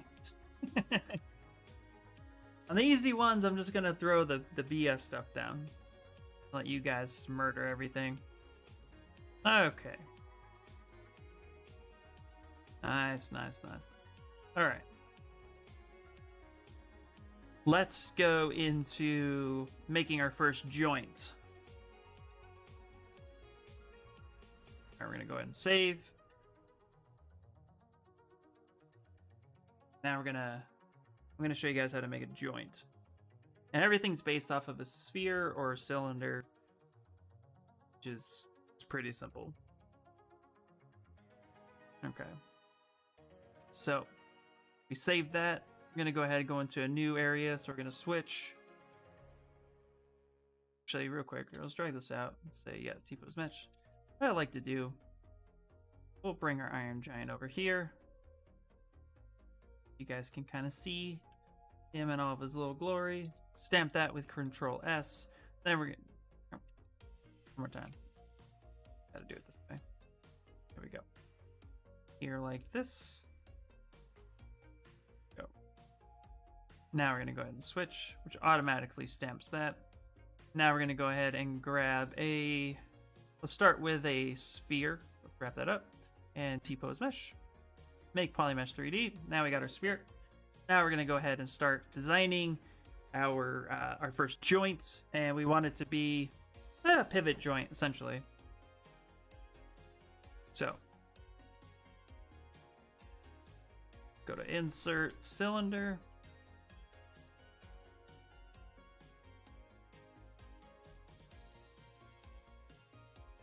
Something like that. That should be fine.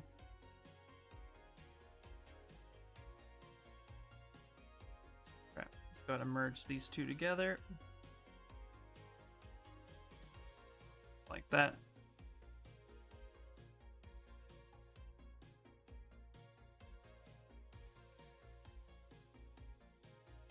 That there just a little bit. Okay. Let's actually mesh by union to stitch together and go ahead and hit accept. And then we're actually going to go ahead and duplicate this. Solo mode. Geometry, Z remesher. Go ahead and detect. We'll keep, no, not keep groups. Go ahead and just detect edges. And we'll go ahead, turn off the depth. Yeah, 5 should be fine. There we go. It's like that. Now we have our first kind of little probe looking thing. Now we can turn that one off. Let's put this in a folder. Call this joint 1. Okay. Now we're going to do is insert a cylinder. And for this, we're actually going to delete loops. Come in here. Turn on transparency.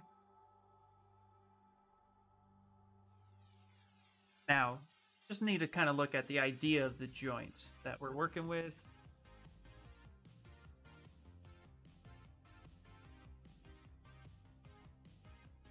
And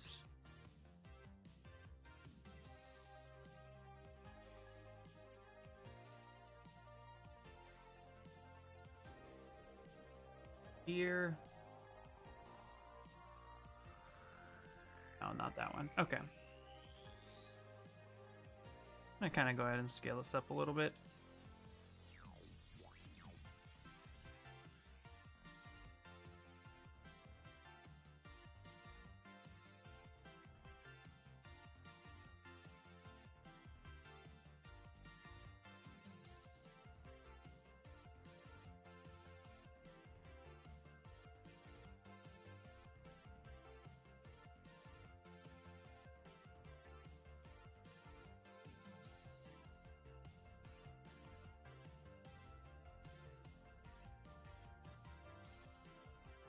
Go ahead and mirror and weld that.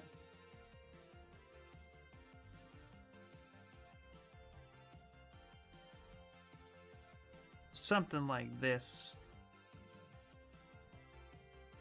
Okay, I'm gonna go ahead and actually duplicate this one. Hide that.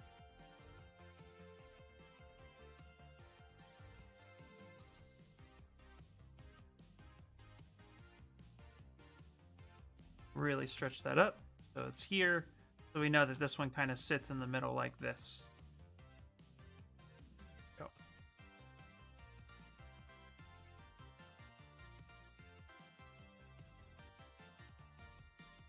Oh, thank you. Nice. Now we can hit solo. Let's go BIT. Let's grab our own another cylinder. Let's go ahead and drag that out. Go ahead and split on mast. We want to have this joint in particular. We want to scale this down on the world. This will be our center pivot point, where everything will rotate correctly. So you can see that we're actually off center on this guy.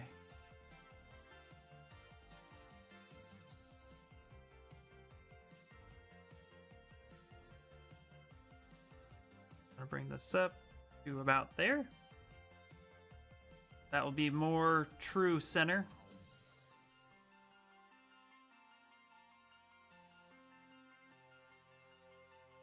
Center this one. Local sim.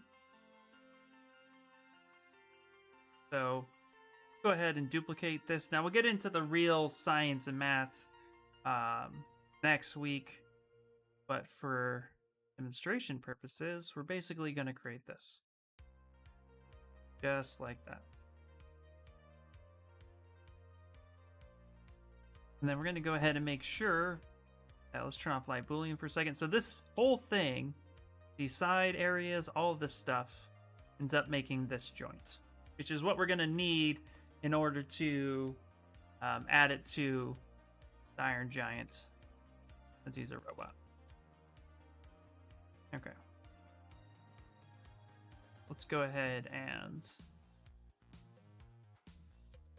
let's give that a go. Let's go ahead here and let's Boolean folder.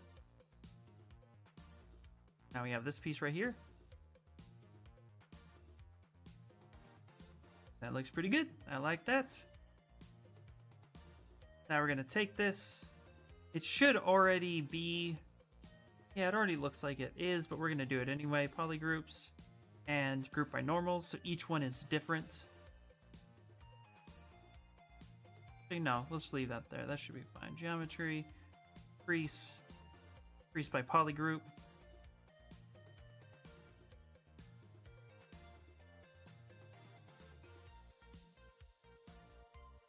And then we can do the same thing here. We can go polygroup, group by normals.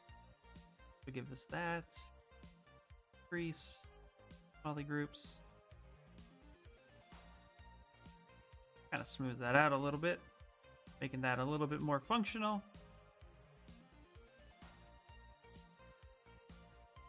Looks good. So duplicate that one more time.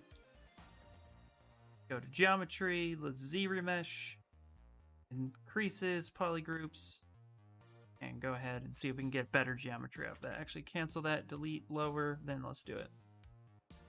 You don't want to have multiple subdivisions built on top of each other. It kind of breaks everything.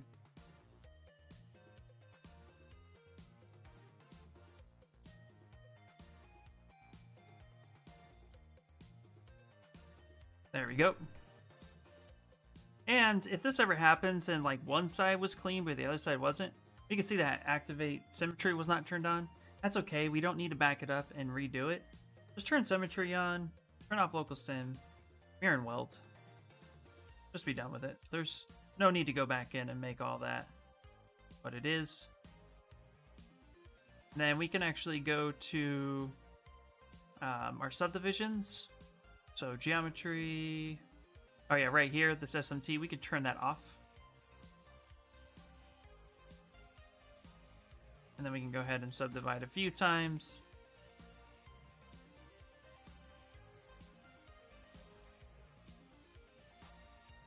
There's a collision right here. And that's why. Interesting. It did kind of break that way. Okay. Well, we can back that up and let's redo it. Let's turn symmetry back on. Let's try 10. See what we have. We had a little bit of a breakage. So, when in doubt, redo it. You don't always have to, but there was a bit of a breakage right there. Not worth keeping.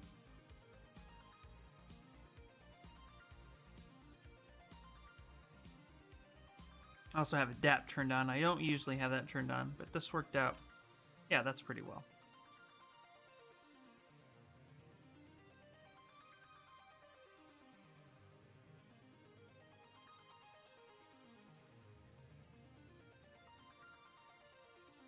Let's go ahead and make sure that we crease all polygroup.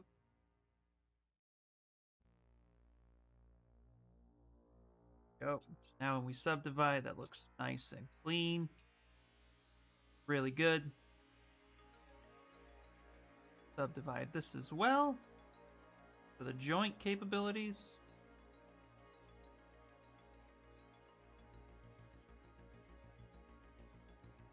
Actually, we'll need to make that other side. Simple enough. A little bit. Fits in pretty nicely. So let's do polygroups. So same thing, very repeated process. Polygroups, group by normals, geometry. Then you can subdivide. That looks clean.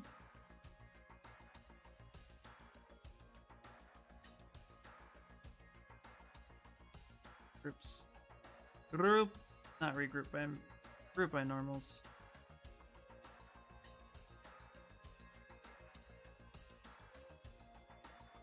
Go. Now we're good to go here. We can actually take this one, delete this one. And we kind of like the way this is working right now, so we can go ahead and save this out. We'll call this the Iron Giant. Call this joint 01. And that'll be our first joint that we can utilize in order to have it. Actually, let's say that one more time. Can't spell today. Joint 01. There we go. Haven't seen anyone stream articulation before, so this is pretty neat. Oh yes, J-Crew. Next week is going to be all about figuring out articulation on the fly and a lot more of the math. Once we scale it, for right now, these will be placeholder articulation joints. But yeah, this will give an idea on how we're going to end up doing that. So we can actually then take this and then we can merge visible, which will bring me here. We'll go ahead and we'll copy this. Let's go back to our Iron Giants.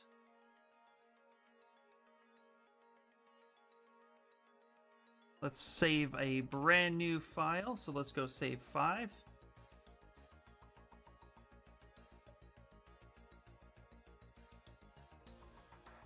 And let's clean this folder up a bit. We're almost at 1 million. This whole giant robot is almost at 1 mil. Which is pretty cool. Probably the lowest poly count I've had for a full character so far. Alright, so this hands folder, we can delete that. We don't need it anymore.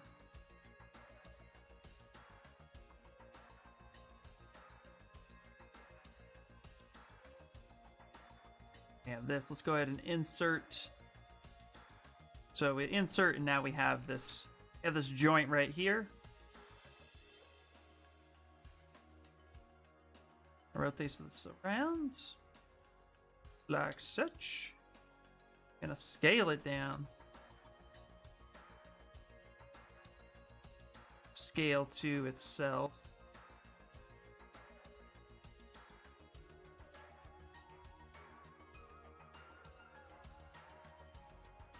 And we'll end up doing something like. Now we'll have to make this functional, of course, but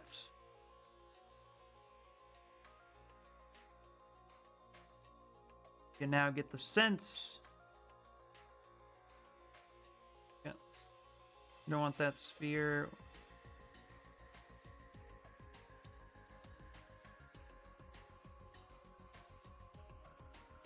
Come on. You know which one I want, Zbrush.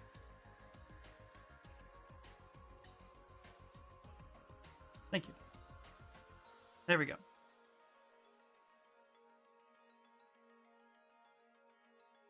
Perfect. Okay. Go ahead and delete hidden on that. Actually, no, not delete. Lie to you guys. Let's actually just split hidden. We'll focus on that part later.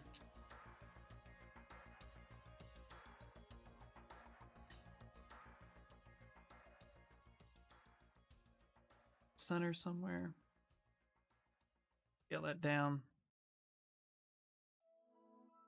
There we go. And now we can go ahead and actually turn that part off. Come here with this guy.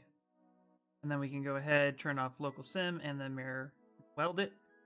Now we have some joints that we can function with.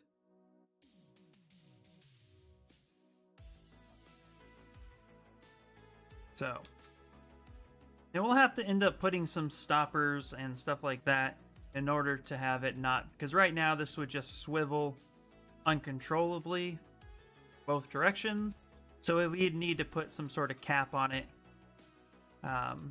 when the time comes. But for right now, you can get a sense of where we're going with it. So, and we can kind of put that in here like this. Then we'll actually end up, you actually end up cutting this joint against this leg here, which then will give us a bigger sense. So go ahead and do that. Let's go ahead and save it. We saved this 5.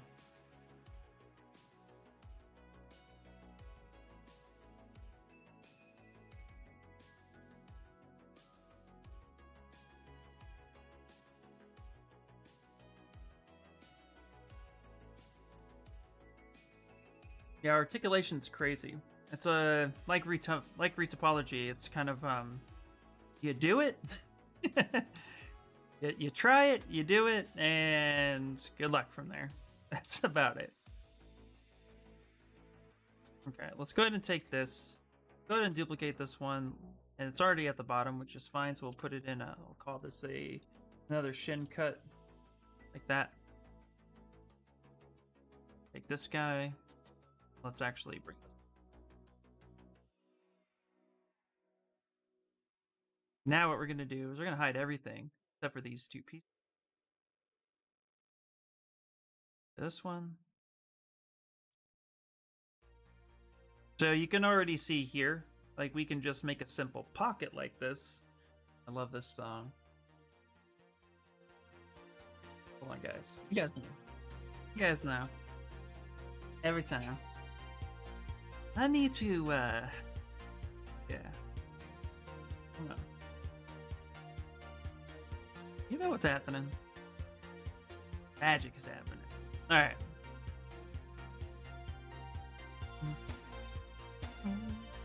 Actually, this joint right here, we're gonna come here. Let's go ahead and auto groups, and then mirror and weld it so it's equal on that side. We're gonna take this pin out. We're actually going to split hidden. So it's right here. We'll put this right in there. That's fine.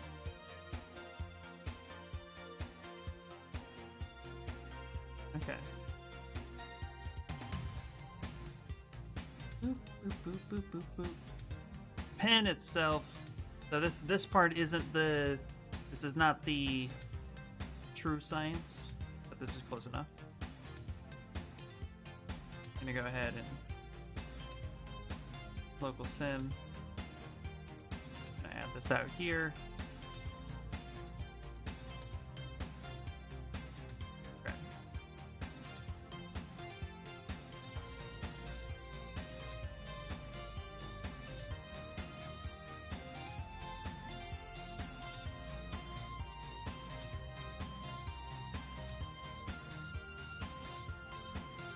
Let's see, hold on.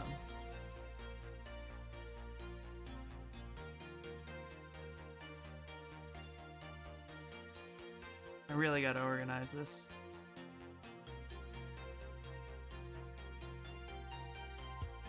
Okay, wherever that is, hide it. There we go.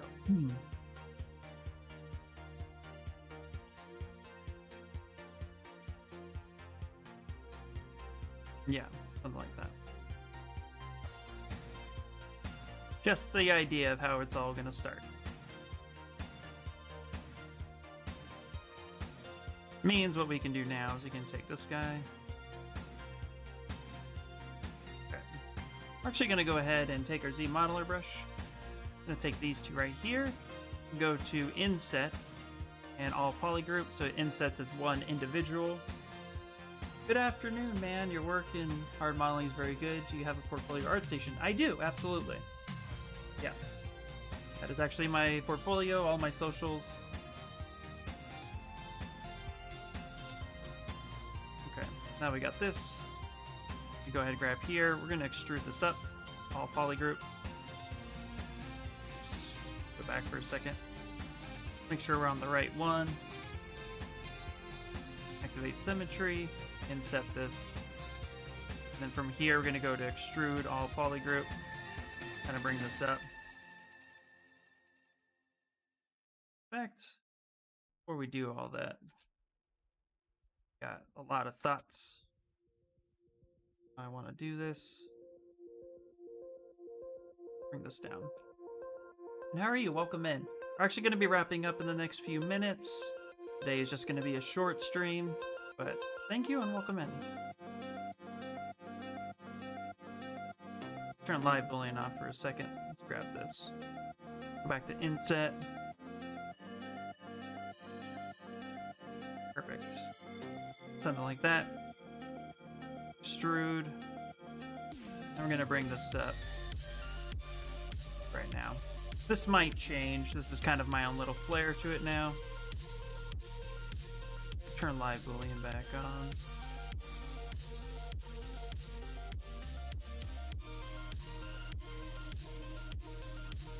Go.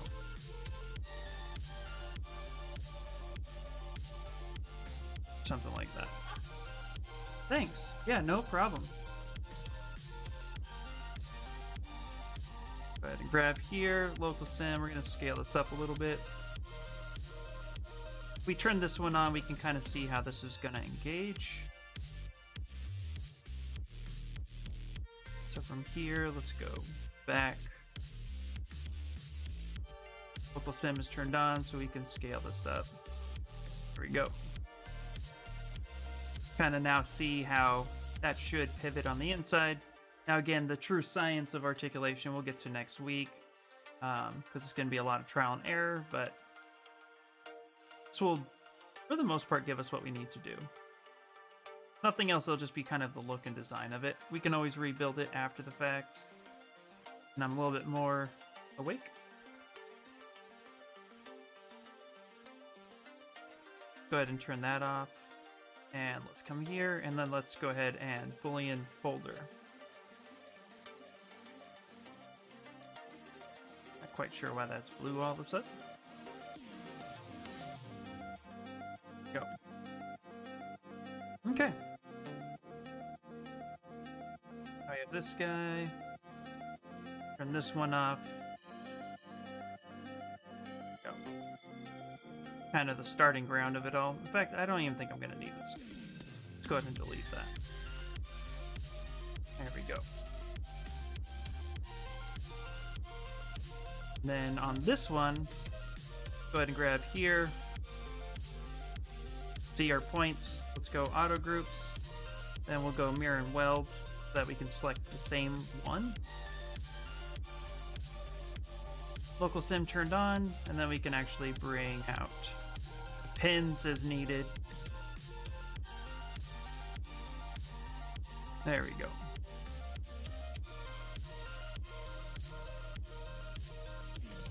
So, something like that.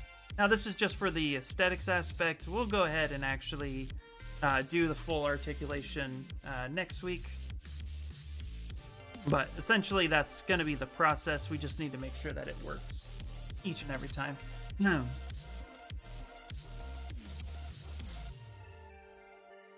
Go ahead and save. Oh, wait, how much time do we got? 5 minutes. Perfect.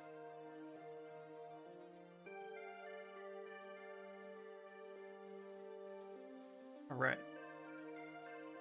Let Zbrush do its thing. Yeah, overall not too bad. I'm liking how this works here. Honestly, what would happen is, so to kind of break this down here, we take this part here, we grab this, and we're going to go ahead and split hidden. What would happen is we take the shin here. Let's take the cylinder, come down to the shin, and we'd actually end up kind of making sure that this gets welded correctly to it. In fact, let's go back and redo that. I made a mistake.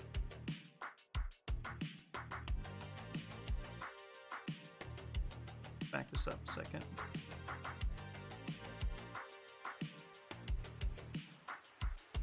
Yeah, let's keep that there like that.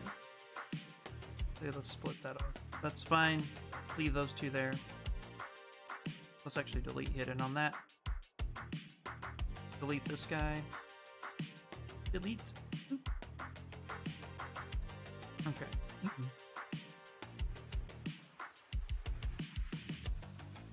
Turn everything off. Let's get these going right here. Actually, this one would be... Not this one. Take this guy. Let's grab this. Actually split this off. There we go.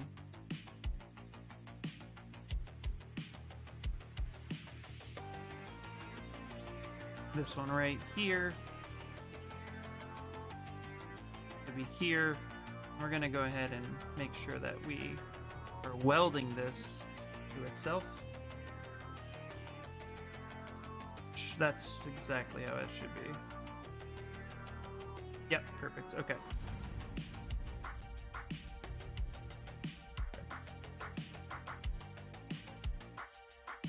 Perfect. So that's going to be there. That's actually going to get merged to it. This is going to get cut like that. There we go. Something like that. Now this joint here, for example,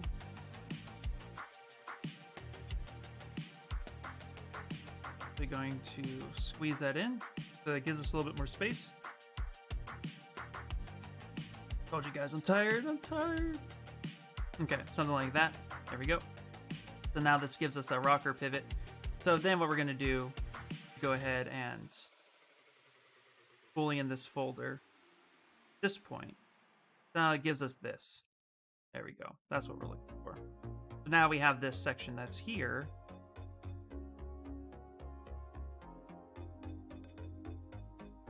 Turn everything else on. Turn all of that off. And let's actually take this guy. Let's split hidden.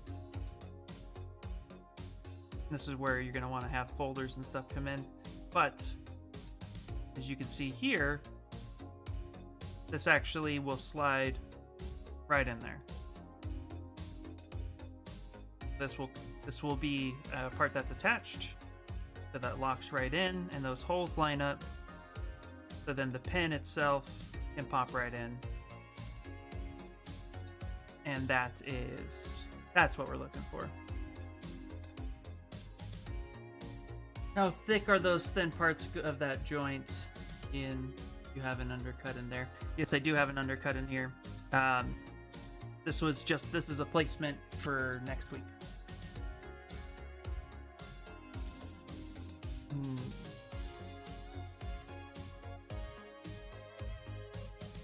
My man Gwyneth's work is amazing. Very nice. Congratulations. Oh, thank you. I was actually going to just Google that. Thank you so much. I appreciate it.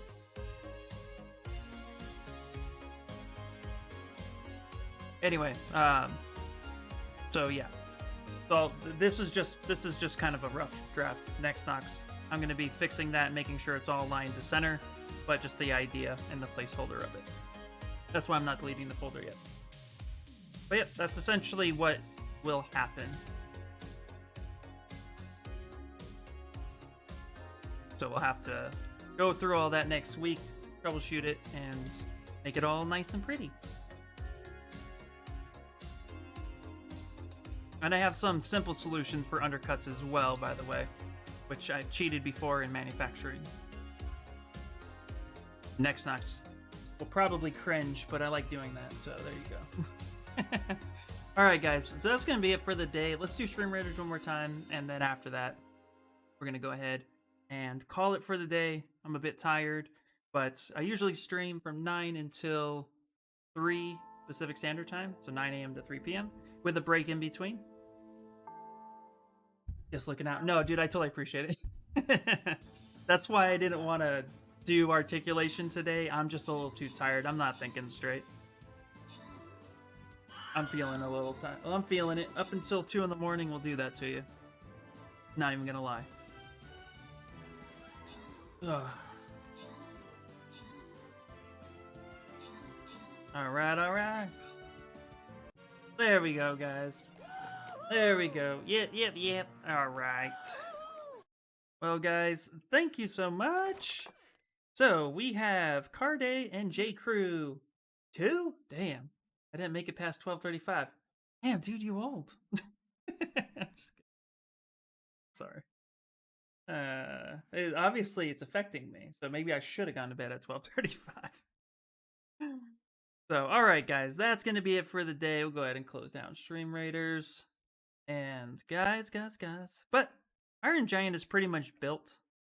You know, outside of the micro details of things, little imperfections and stuff, this is generically him. My little take on him. Let's go ahead and save it. Coffee helps. Already killed one cold brew. I have I've had one Vente Starbucks cup and second cup of coffee. So yeah, feeling my age. Looking good, man. Thank you. Yep. Yeah, for sure, dude. All right, let's figure out. So everybody on YouTube, thank you guys so much for hanging out with me. We're gonna go ahead and end it for the day. On the Twitch side, we're gonna go ahead and try to raid somebody. Gonna brew some soon, otherwise I'll spend $50 at Starbucks today alone. Ooh, buddy. Well, it's Friday, right? Yes, it's Friday. Jeez. That, well, he works, so that means it is his Friday. Hopefully, I mean, I'm hoping. Okay, who are we going to? Sorry, content unavailable. Oh lordy, back to Twitch. Okay, I don't know if I can. It's not giving me chat access. It's not giving me chat access. Oh wait, hold on. Okay. Okay. Whoop. Nope. Sorry, that content is not available. Okay, never mind. Sorry, guys. We're not rating anybody today. That's okay. I'm really sorry, guys. So with that being said, thank you all for hanging out with me. I do appreciate it. And as always, guys, take care. Be safe, and I'll see you next week on Tuesday, Wednesday, and Friday for sure. Those are my... I'll talk to you guys later. Huge tracts of lands. Wait, what? Around... Oh. Yeah, I have no idea, dude. All right, yeah. Be safe, everybody, and I'll talk to you guys later. Bye.